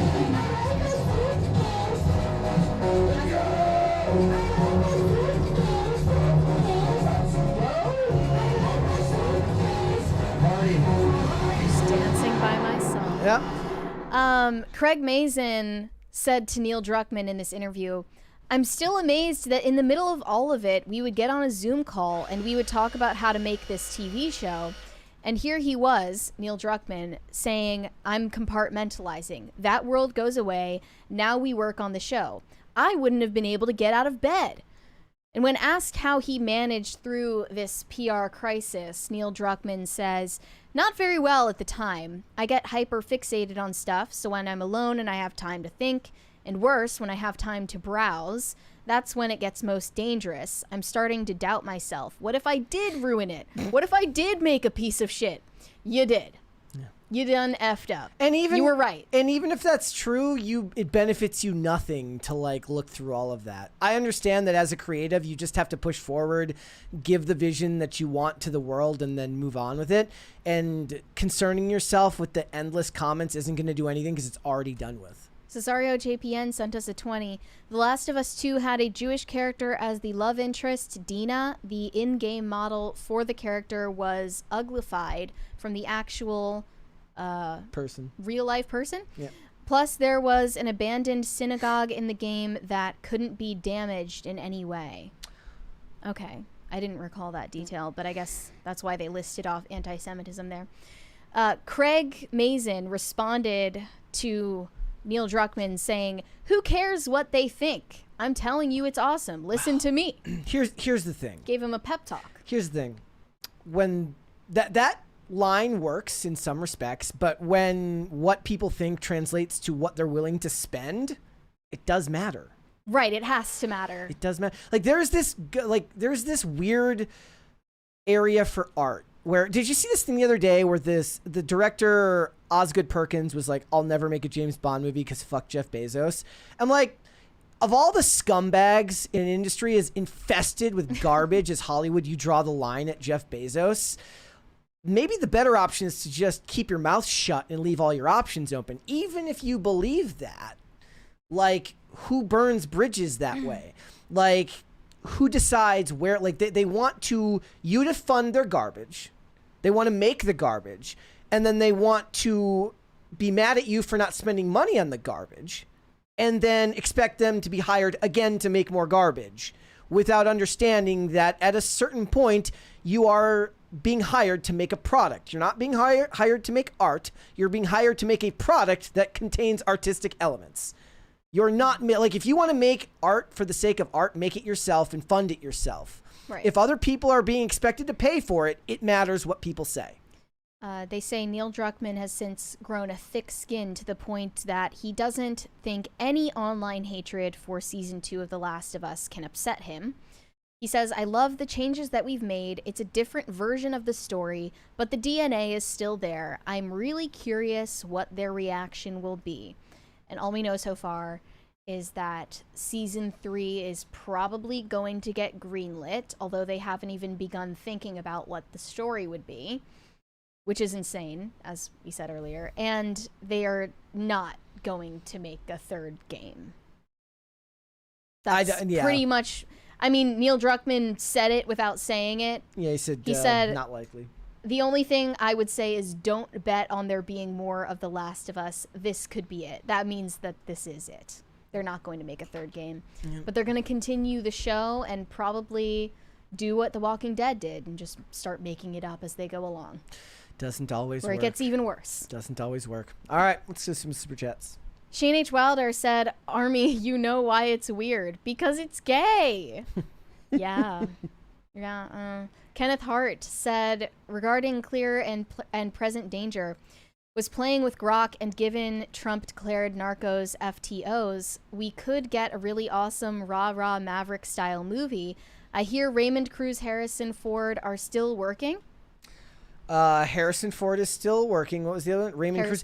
Raymond Cruz is still working. That's the dude, if I remember correctly. He did like 100 seasons on The Closer, and then what was the other one? Who did he play in The Closer? And then he's one of the cops. And then am I thinking of someone else? I don't know. I might be thinking of someone else.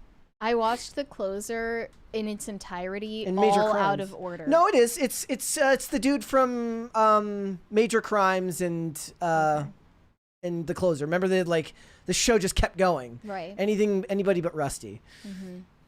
Sorenko Productions said, "Guess that makes Keanu Reeves gay then. LOL. Maybe that's why Mary doesn't like him." Same with Heath Ledger. Seems like a theme, I guess. Well, I don't dislike Heath Ledger. I just don't think that he's as talented as people remember him to be. And Keanu Reeves, I'm just being a contrarian because everybody seems to worship him. But yeah, doing gay stuff for a job still makes you gay. I don't think a guy who's legitimately straight would do gay for pay. Am I, like, valid in saying that? I mean, look. You wouldn't I'm do not gay doing for pay. I'm not doing anything. You're a gay straight for pay. man. Yeah. You know. A Mega Red fan said, "There's an old adage: women have baggage." Oh, hi, Mary. Where is that from? It's an adage. Then James Coteritis, Phil, end of heartache or as daylight dies. Thanks, man. And heartache. Do one more. High Voltage 75 said all that remains should perform a benefit concert for the Femicide happening in the Gongo. The Gongonese people need your support, Phil. For the femicide. It's a femigenocide. I'm telling you, Femigenocide. for just Bitcoin a day. That's you're saying that is endorsing the femigenocide, right? Just to be clear. TBD. Okay, I do have the video here. I figured they asked me to play it on the we'll show. see Let's what this is let's about. listen here. This is bringing. It You says already see Triggly. thanks to Pop Culture Crisis for bringing up the plight of the Gongo in Tuesday's show. The foundation is partnered with Olivia and Mary Archive to help make a difference. Here we go. We live in a country of abundance and all the great things that it brings. Sadly, some are not so lucky. The Gongo is a beautiful country, full of rich history. No. Unfortunately, the Gongolese have been suffering from a femogenocide at the hands of a militant faction of their government. But you can help. Prayer up for the Gongo. Seriously, they're going through it right now, I heard. For just $1 a day, you can sponsor a family in the Gongo. Wait, is it $1 a day, 30 days a month? Because that's a lot of money. You will receive a signed postcard from your sponsored family, and all donations are tax deductible. Help with the restoration of the Gongo today. Brought to you by the Brett Dasovic Foundation to Save the Gongo, a 501c3. Okay. Where can I get that link? I love it. Where did you record that audio? I guess you must have not heard that. I was not at home when Olivia recorded that, but thank you for donating your voice to help those in the Gongo. Where Thank can you I so get much, that link? Olivia, for your work. Thank you so much, sweetheart. All right, let's move on. Where can I get that link? I will send it to you on X. All right, Please. cool. If you are a longtime listener or viewer of this show, you're likely already aware that I am on a one-woman crusade against Alex Cooper, the host of the Call Her Daddy podcast. And if you're unfamiliar, this was, and I believe still is, the most popular podcast for women, especially young women of Gen Z. This is their #1 podcast. And the way it started off is much different than its current iteration. It started off as two girls in their 20s oversharing about their sexual exploits, giving women tips on how to give the Gluck Gluck 9000, and going into extremely graphic detail about their hookups, and encouraging other women to do the same, encouraging women to keep rosters of the men they hook up with, and essentially encouraging them to imitate the worst douchebag men that they've ever met so they can get payback or get even with those men. With other men.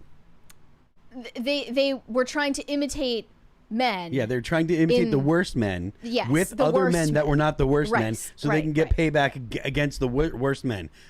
Correct. Really stupid women. Correct. The men that didn't do anything bad, we're going to treat them bad because men treated me bad in the past. You are a dumb idiot. Correct. Now, Call Her Daddy has evolved quite a lot since then. Now it's just a one-woman show, but she has a lot of celebrities on to talk about similar topics, but also get into deeper ones. So, Alex Cooper recently had Chelsea Handler appear on her podcast, and Chelsea Handler is kind of the natural conclusion of what Alex Cooper encourages young women to do with their lives. Yeah. Chelsea Handler is Old and not married. old, spinster, not married, extremely promiscuous, says that she is happy when obviously she's overcompensating for something. it's interesting to juxtapose Chelsea Handler with Alex Cooper, because Alex Cooper, on the other hand, ended up getting married and quote-unquote settling down after her years of promiscuity. So you see two different conclusions from the same lifestyle here. But let's take a look at Chelsea Handler's own story from the Call Her Daddy podcast. What is the best one-night stand you've ever had? So many. I mean, I had so many fun one-night stands in my 20s and 30s. I once had sex with this guy. Why, can I just ask, why is it that, like, there's plenty of valid criticism of, like, manosphere types, right? Why is it that The Atlantic will write an article about that, but nothing is ever said about this? Do you really want to know? I'm merely asking as a formality. Rhetorical. Because feminism. Yes. Okay. Right? I mean, it's also, this kind of behavior is not something that comes naturally to women, which is why you need an entire media infrastructure to convince them it's a good idea. Most women wouldn't naturally gravitate towards commitment-free sex. We're biologically wired not to do that. So that's why you need Chelsea Handler to sit on this show and convince women that it's fun. Yeah. What was his name? I like to be able to call people out with their first and last names, which is going to be hard for this because I don't even remember his first name. I was in at the London Olympics in 2012. It was so much fun. I don't remember I was his name. walking home late one night, and this really sexy British guy we just locked eyes, and it was like sex. You know what I mean? Yeah. And I was like, it's something you would see in a movie. I'm like, what if I just had an affair with this guy? And I walked past him and I stopped and I turned around and he had stopped. And it was late at night. Like, this was dangerous. You know, it could have been. He said, would you like to come back to my place? That was the first thing he said. The eye look that we had was so intense that I was like, yes. And we went back to his house. I mean, we barely spoke. I went over there every night after the Olympics for a week, had a full-on affair with this guy. It was just like chemistry, but not a lot of like getting to know each other. It was just purely sexual. Couple things come to mind right off the bat. First of all, affairs makes it sound like one of them was in a relationship.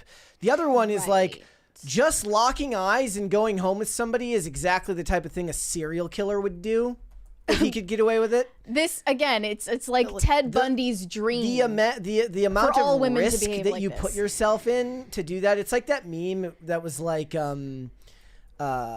why Pakistan is which is a number one like travel location for women, and the meme was like, who wrote this? The head of human trafficking. Like, yeah, I don't know why Chelsea Handler referred to it as an affair, given that she has never been married. Maybe this guy that she was hooking up with, I guess he was wearing a wedding ring, maybe?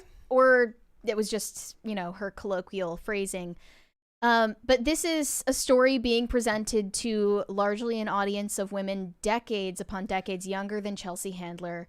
And it's used to sell the idea to them. And to your point, you said women are not biologically programmed to behave this way. Men are in a lot of ways. Now, here's the thing.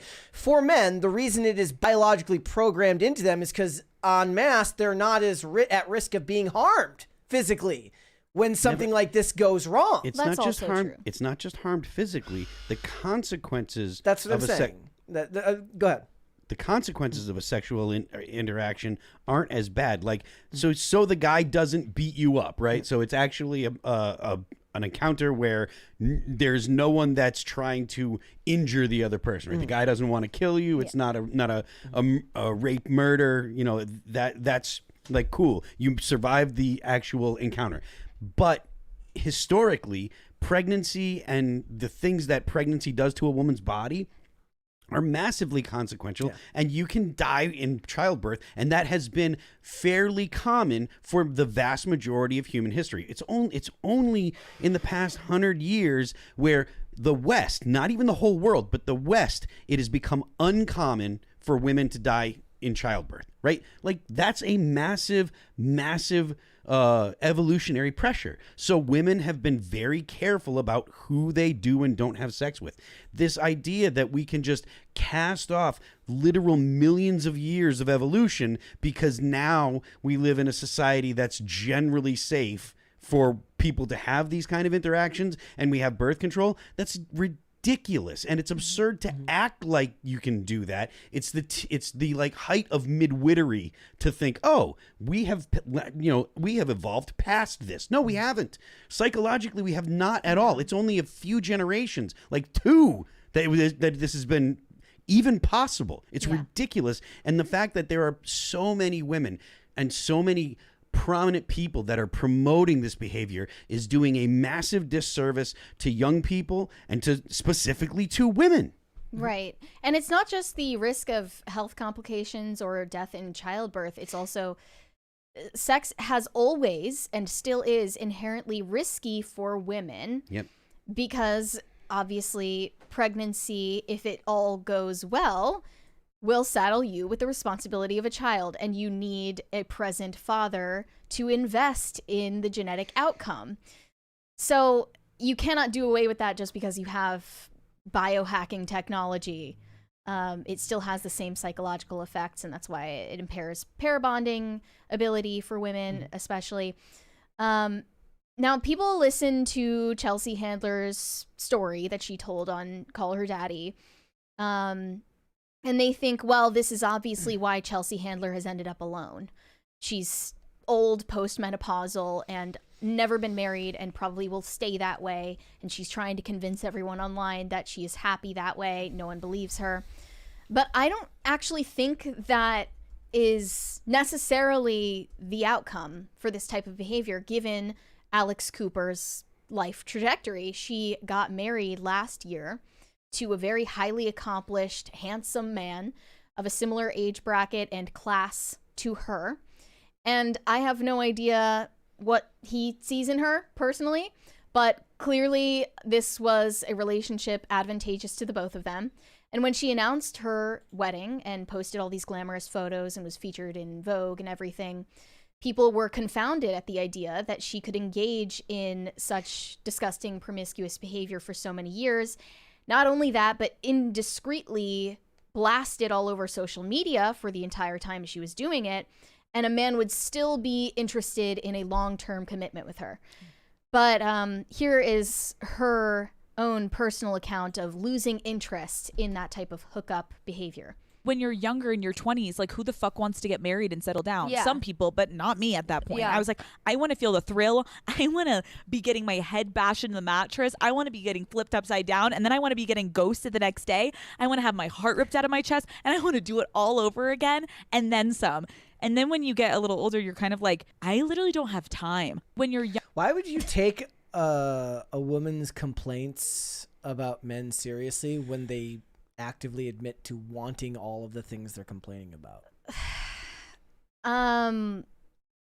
Watching that, I think, like, you're kind of exposing yourself. You're kind of doing a self-report, because no woman with a healthy mindset and upbringing would ever think that way. Like, I don't find that relatable, that statement that she just made. Like, do I want to get treated as disposable and have my heart ripped out by a bunch of men who don't care about me? No, that's never even crossed my mind. I would never, ever want that. Is this like the most perverse outcome of like the idea that you have to not settle down in your early 20s and get life experience taken to its most vile conclusion? Well, yes, but it goes far beyond that. And clearly Alex Cooper is also a product of a culture that raised her to think that this is normal and healthy behavior.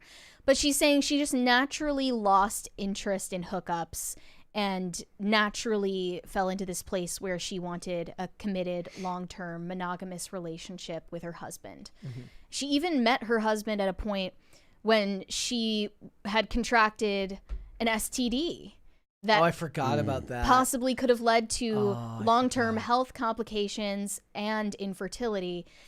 And he walked through that journey with her prior to marriage, still proposed and still married her despite that.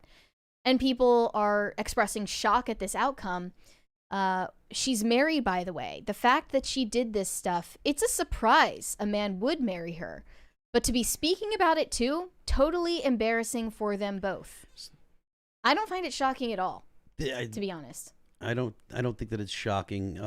I think that it's telling of our society, but it's not shocking. And I want to point out, this is the podcast that Kamala Harris went on. Mm-hmm. That means that the Democrat candidate for president made a tacit endorsement of this behavior. I mean, beyond that, That's it was disgusting. That was a horrible campaign decision, anyways, because all those people were already voting for her. Fair enough. Extremely out of touch decision. Fair enough, but the point that I'm making is, and I've made this point on IRL before, if we're going to have a successful country with happy people and happy families, we need to hold the things that make happy families up as desirable, and we need to not hold up the things that make unhappy families as desirable. This behavior is detrimental to making happy families. So the president shouldn't, or the aspiring president shouldn't be going on Call Her Daddy and saying, current VP at the time. Yeah, exactly. Shouldn't be going on Call Her Daddy and saying, yes, this is a tacit endorsement of this behavior, right? Like, it would make sense to call out J.D. Vance if he sat down on Andrew Tate's podcast. Whatever you think of Andrew Tate, because of Andrew Tate's behavior and the things that Andrew Tate says are good for men to do, like don't marry women, or Myron Gaines. Didn't one of his White House lawyers talk to the White House? A White House lawyer is not the same thing as the VP, but that person talking to them is not going on the podcast either, or going. on it was podcast. On like a third party. Yeah, so it shouldn't. So say Myron Gaines, right? Nothing wrong. Not that I'm saying there's anything. Not that I'm attacking Myron Gaines, but his outlook is not a pro-family outlook, and the most likely the biggest indicator about how a young person is going to turn out is the dad around. So you shouldn't have people going onto podcasts. You shouldn't have people that are looking to be leaders in the United States going onto podcasts and tacitly endorsing this kind of behavior, whether it be her behavior or someone like Myron Gaines. And again, I'm not criticizing Myron or looking to criticize Tate, but the fact of the matter is their behavior is detrimental to families. And if you want to have a successful country, which is what people in politics should want, then you should be looking to center the family and have normal, traditional families be the focus of your campaign. And you should be doing everything you can to uplift those kind of families. We have a couple 20s before we get back into it. Zach hates YouTube. Happy Thrashing Thursday Crisis directors. Weird question, Phil. Did you have nicotine pouch or something similar in your lip on one of the IRL streams last week? It was the first time I watched on a big screen in a while. No, sir. Yeah, you don't do that. I don't. I haven't had any kind of. I haven't smoked cigarettes since 2019. I have had a couple cigars since I've been hanging out with people in DC and the like. In the past 6 months, I had a cigar on, or I think I might have even had 2 cigars when we were in Nashville with the Daily Wire, and then I had one the other night when we were doing the show from Washington D.C. So. We have another from Slagle Customs. Y'all talk a lot on pop music. Want to get y'all's take on EDM/rave scene music. Could y'all watch the trailer for Lost Lands 2025, then look up DJ Horse Girl? I could do that off air, but I'm not an EDM person. I like EDM. I really like some of the older electronic music stuff like Daft Punk. I mean, I like electronic music, but there's a difference between somebody who like follows the scene. And absolutely. I never went to Surge events. Is that guy. Surge is that guy. Surge is very much that guy. Yeah. The last thing I'll say is that in 2024, when Alex Cooper got married and posted all of the photos of this lavish wedding, I posted about the irony of it all. And quoted her directly, encouraging women to engage in promiscuous behavior, and then showed the photo of her at her wedding. And a lot of people responded to that in a way that was almost celebrating the double standard or the conflict between her statements and her behavior, saying like, see, like, hoes always win in the end, haha, like, suck on that, red pillars. And I did not intend for it to be interpreted that way at all. I actually was calling Alex Cooper out for misleading and doing a disservice to the young women who follow her. Thank you. So, like, just because she won in the end, I don't think that means anything at the end of the day. Like, you can win in your own personal life, but that doesn't excuse you of the harm that you've done with your influence. We have another 20 from Father Timothy Curran. One of the things I hate so much about the whole red pill thing is there's absolutely no room for repentance. That said, nothing is guaranteed to protect you from natural consequences of your actions. True. Yeah. And it's not to say, like, I don't think redemption or repentance is possible for people, but, you know, you deal with the consequences of what you have done, even if you've been forgiven. All right, let's finish up these super chats. AI Shih Tzu said, I'll join Raymond. I quit an office job to drive a semi-truck.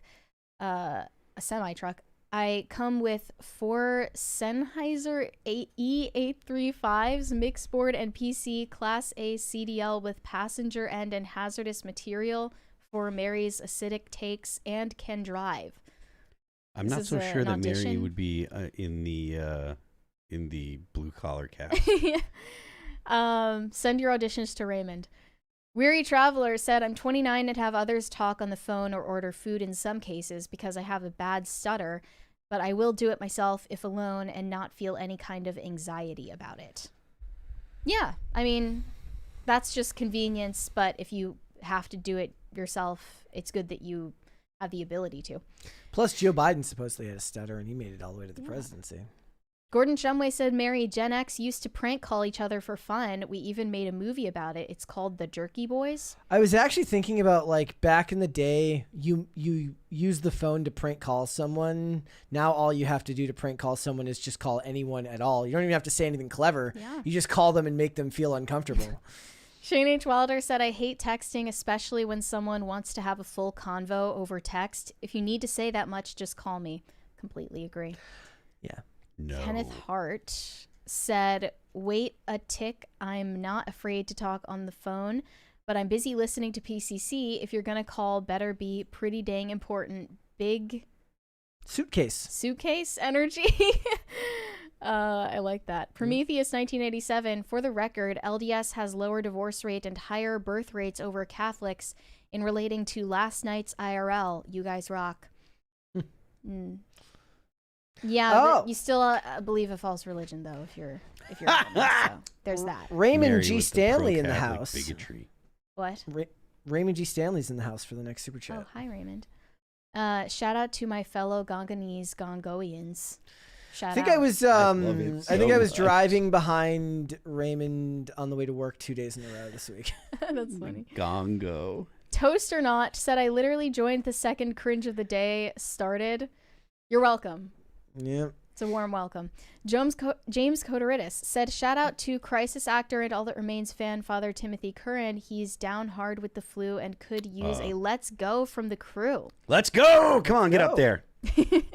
Easy E said, it is 100% pretty privilege. Gal Gadot was so hot that we all let that Imagine thing go, and no one is talking about it now. Rachel said weird twice and is still being memed on for it. You're totally right. She said more than weird. She said more than that. Gal Gadot is so pretty. It's ridiculous. Also, Rachel Zegler has been openly hostile towards Trump supporters, which Gal Gadot, as far as I can tell, has never done. She's just very supportive of Israel and their cause. That's not the same thing as being actively against Trump supporters, which is a faction inside America. Also, Rachel Zegler's eyes are in different zip codes.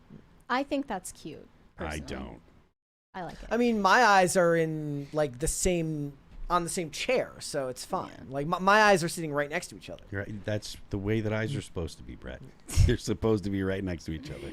Skateman 2010, Phil, do you know of any record shops that refuse to sell your albums due to political views? I do not. I hope that wouldn't be the case. I don't know. That would be a sign of great reach, though. Yeah.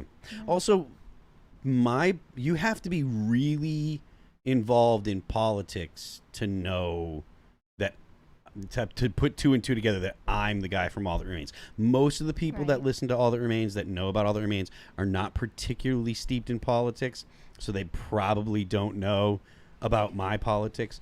And the whole band, All That Remains, does not have the same politics. Most of the guys in the band are just kind of like, kind of not really politically engaged. What was the Green Day story that was just going around the other day? He did something stupid and said something lame and gay. The usual. Shane H. Wilder said, I think you'll like the Gongo video. Olivia did great. She did. I sent the script and she delivered her beat, Sarah McLachlan. I think this will save the Gongo. I'm wondering. I love it so much. I am wondering, honey, where you recorded that in the house, because I heard like a. Is it like a fan? Or there's something there. Like I couldn't believe I was expecting to hear Mocha in the background while you were doing that. You must have found a Gonganese cat. Like literally, we have. So now it's the thing at our house is like there is. Toast is for the most part quiet, and Toast's meow is very, very soft. So she can't bother you if she wants something when she wants food after you just fed her. Now Mocha's sounds like you're like literally stabbed the world's worst creature in the stomach, and it goes like just straight from the gut, and it comes just in loud from the other room. Now Chloe doesn't have much of a meow at all, but what Chloe does when she wants to be annoying is she just goes up to that door that separates the rooms and just butts her head against it, so it's like you hear the door like the actively injuring her like brain. you can hear the handle. I mean, it might just be her side or whatever, but she's making the door go like this and annoying you when you're trying to sleep. We have a 20 from Mr. Mooseknuckle. Hey Mary, will you be watching House of David on Prime? 3 episodes in and I'm really enjoying it. Between that and The Chosen Season 5, I'm all excited for the biblical cinematic universe. That's the DCU. That's the second person that's given praise Second to recommendation? that show. Yep. I don't have Amazon Prime, but maybe I'll find it on Tubi, since you have such great things to say about it. Brian Bledsoe said, both look good. Zegler has that cute girl next door look, which works for Snow White. Meanwhile, Gadot has that supermodel look. If anything, Gal Gadot doesn't look evil enough for her role, but that's... with too late enough now. champagne to fill the Nile. Baron of Grey Matter said, no imagination, all rehash, no new ideas since Y2K. I'm very happy I've avoided all of this. Metal has remained relevant. Rest is trash. Amen. Shane H. Wilder said, am I the only one who thought that The Last of Us Season 2 already came out? Not that I'm going to watch it. The first game was good, but offing Joel was gay. Well, I thought they might as well have just canceled it after the first season, but they kept going. I wonder if Gal Gadot's kids like troll her with her Imagine video. Like I hope so. Yeah. She has kids? She has like 3 kids. I didn't know that. Yeah. Pop Culture Junkie said they should have let The Last Jedi co-writer Lawrence Kasdan, who also wrote Indiana Jones 1 and The Empire Strikes Back, write the other 2 sequels. He understood the universe and the tone. You would think that a little bit of consistency would have gone a long way. Red Snow said, shekels for the New Republic Gongo Empire. Thank you so much. Pop Culture Junkie said, going to trademark Gongo, future merch goldmine. Well, not before we get a chance. Fox Graves said, I hope you had a good Ash Wednesday. Went to my first Catholic church to celebrate with a friend. All was well until the pastor confiscated my bread from me in front of everyone. What did I do? I certainly hope you're joking and that's not what you actually did and your friend should have stopped you. Mr. Sojany said she looks so old. Who? Rachel Zegler? Can't have been Rachel Zegler. No. James Codoridis said, gay for pay just makes you a gay beep. Yeah, I agree. Layla O said, a little late, but I just saw the ad for the Gongo and spit my sweet tea all over my steering wheel. How could I be so wasteful when there's a femigenocide going on in the Gongo? Your family would be like if you didn't finish your dinner when there's starving children in the Gongo. How absolutely dare you? Gordon Shumway said, Chelsea, that's not an affair. That's a smash and dash that lasted a week. All that was missing was him leaving money on the nightstand. This should not be promoted by either gender. No. Wholly agree. Olivia says she was in the kitchen cooking pasta when she recorded it, watching Trump's State of the Union, and you were watching Daredevil in the other room. We love a multitasking queen. We do. Mr. Sajani said, bro got sloppy 99ths. Yeah. Shane H. Wilder said the sexual revolution and free sex movement was one of the worst things to happen to society. That and the 19th Amendment. I agree with both. I mean, really, I think it's birth control's fault, but that's my polemic.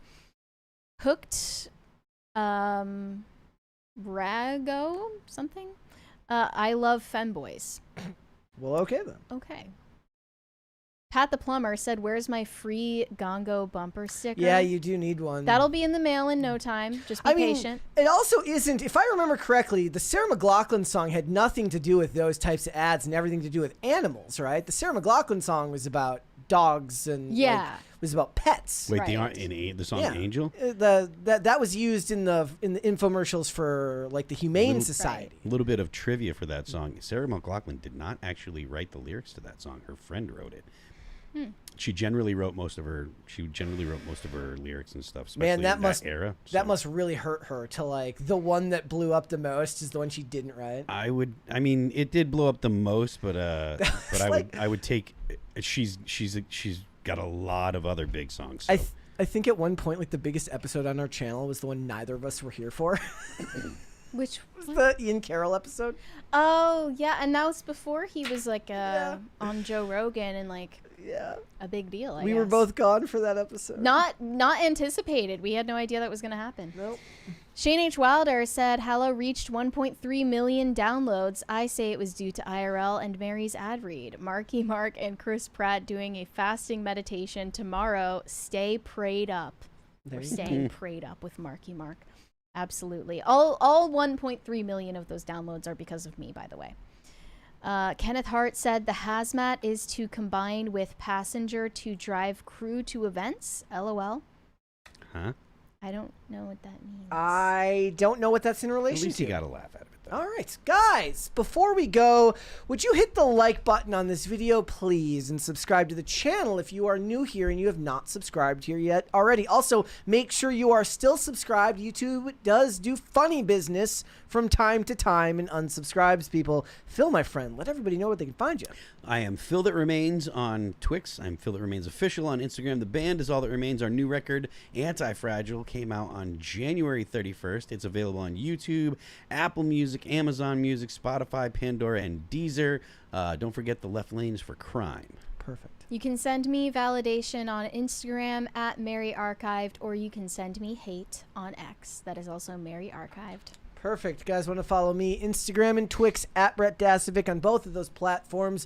We are here 5 days a week, Monday through Friday, 3 p.m. Eastern Standard Time, which is noon Pacific. Amazon Music, Apple Podcasts, Pandora, Spotify, if you would like to listen rather than watch. You can rate and review on Apple Podcasts and on Spotify. This is a great way to help the show grow as well, because ratings do help. And if you want to follow the show on social media, we are on Twix at popculture_show, Facebook, and not TikTok, because we were banned on TikTok a long time ago, at Pop Culture Crisis, and on Instagram at Pop Culture Crisis Pod. Guys, we will be back with another episode tomorrow. We'll see you then. Bye. Bye, everyone. Bye now.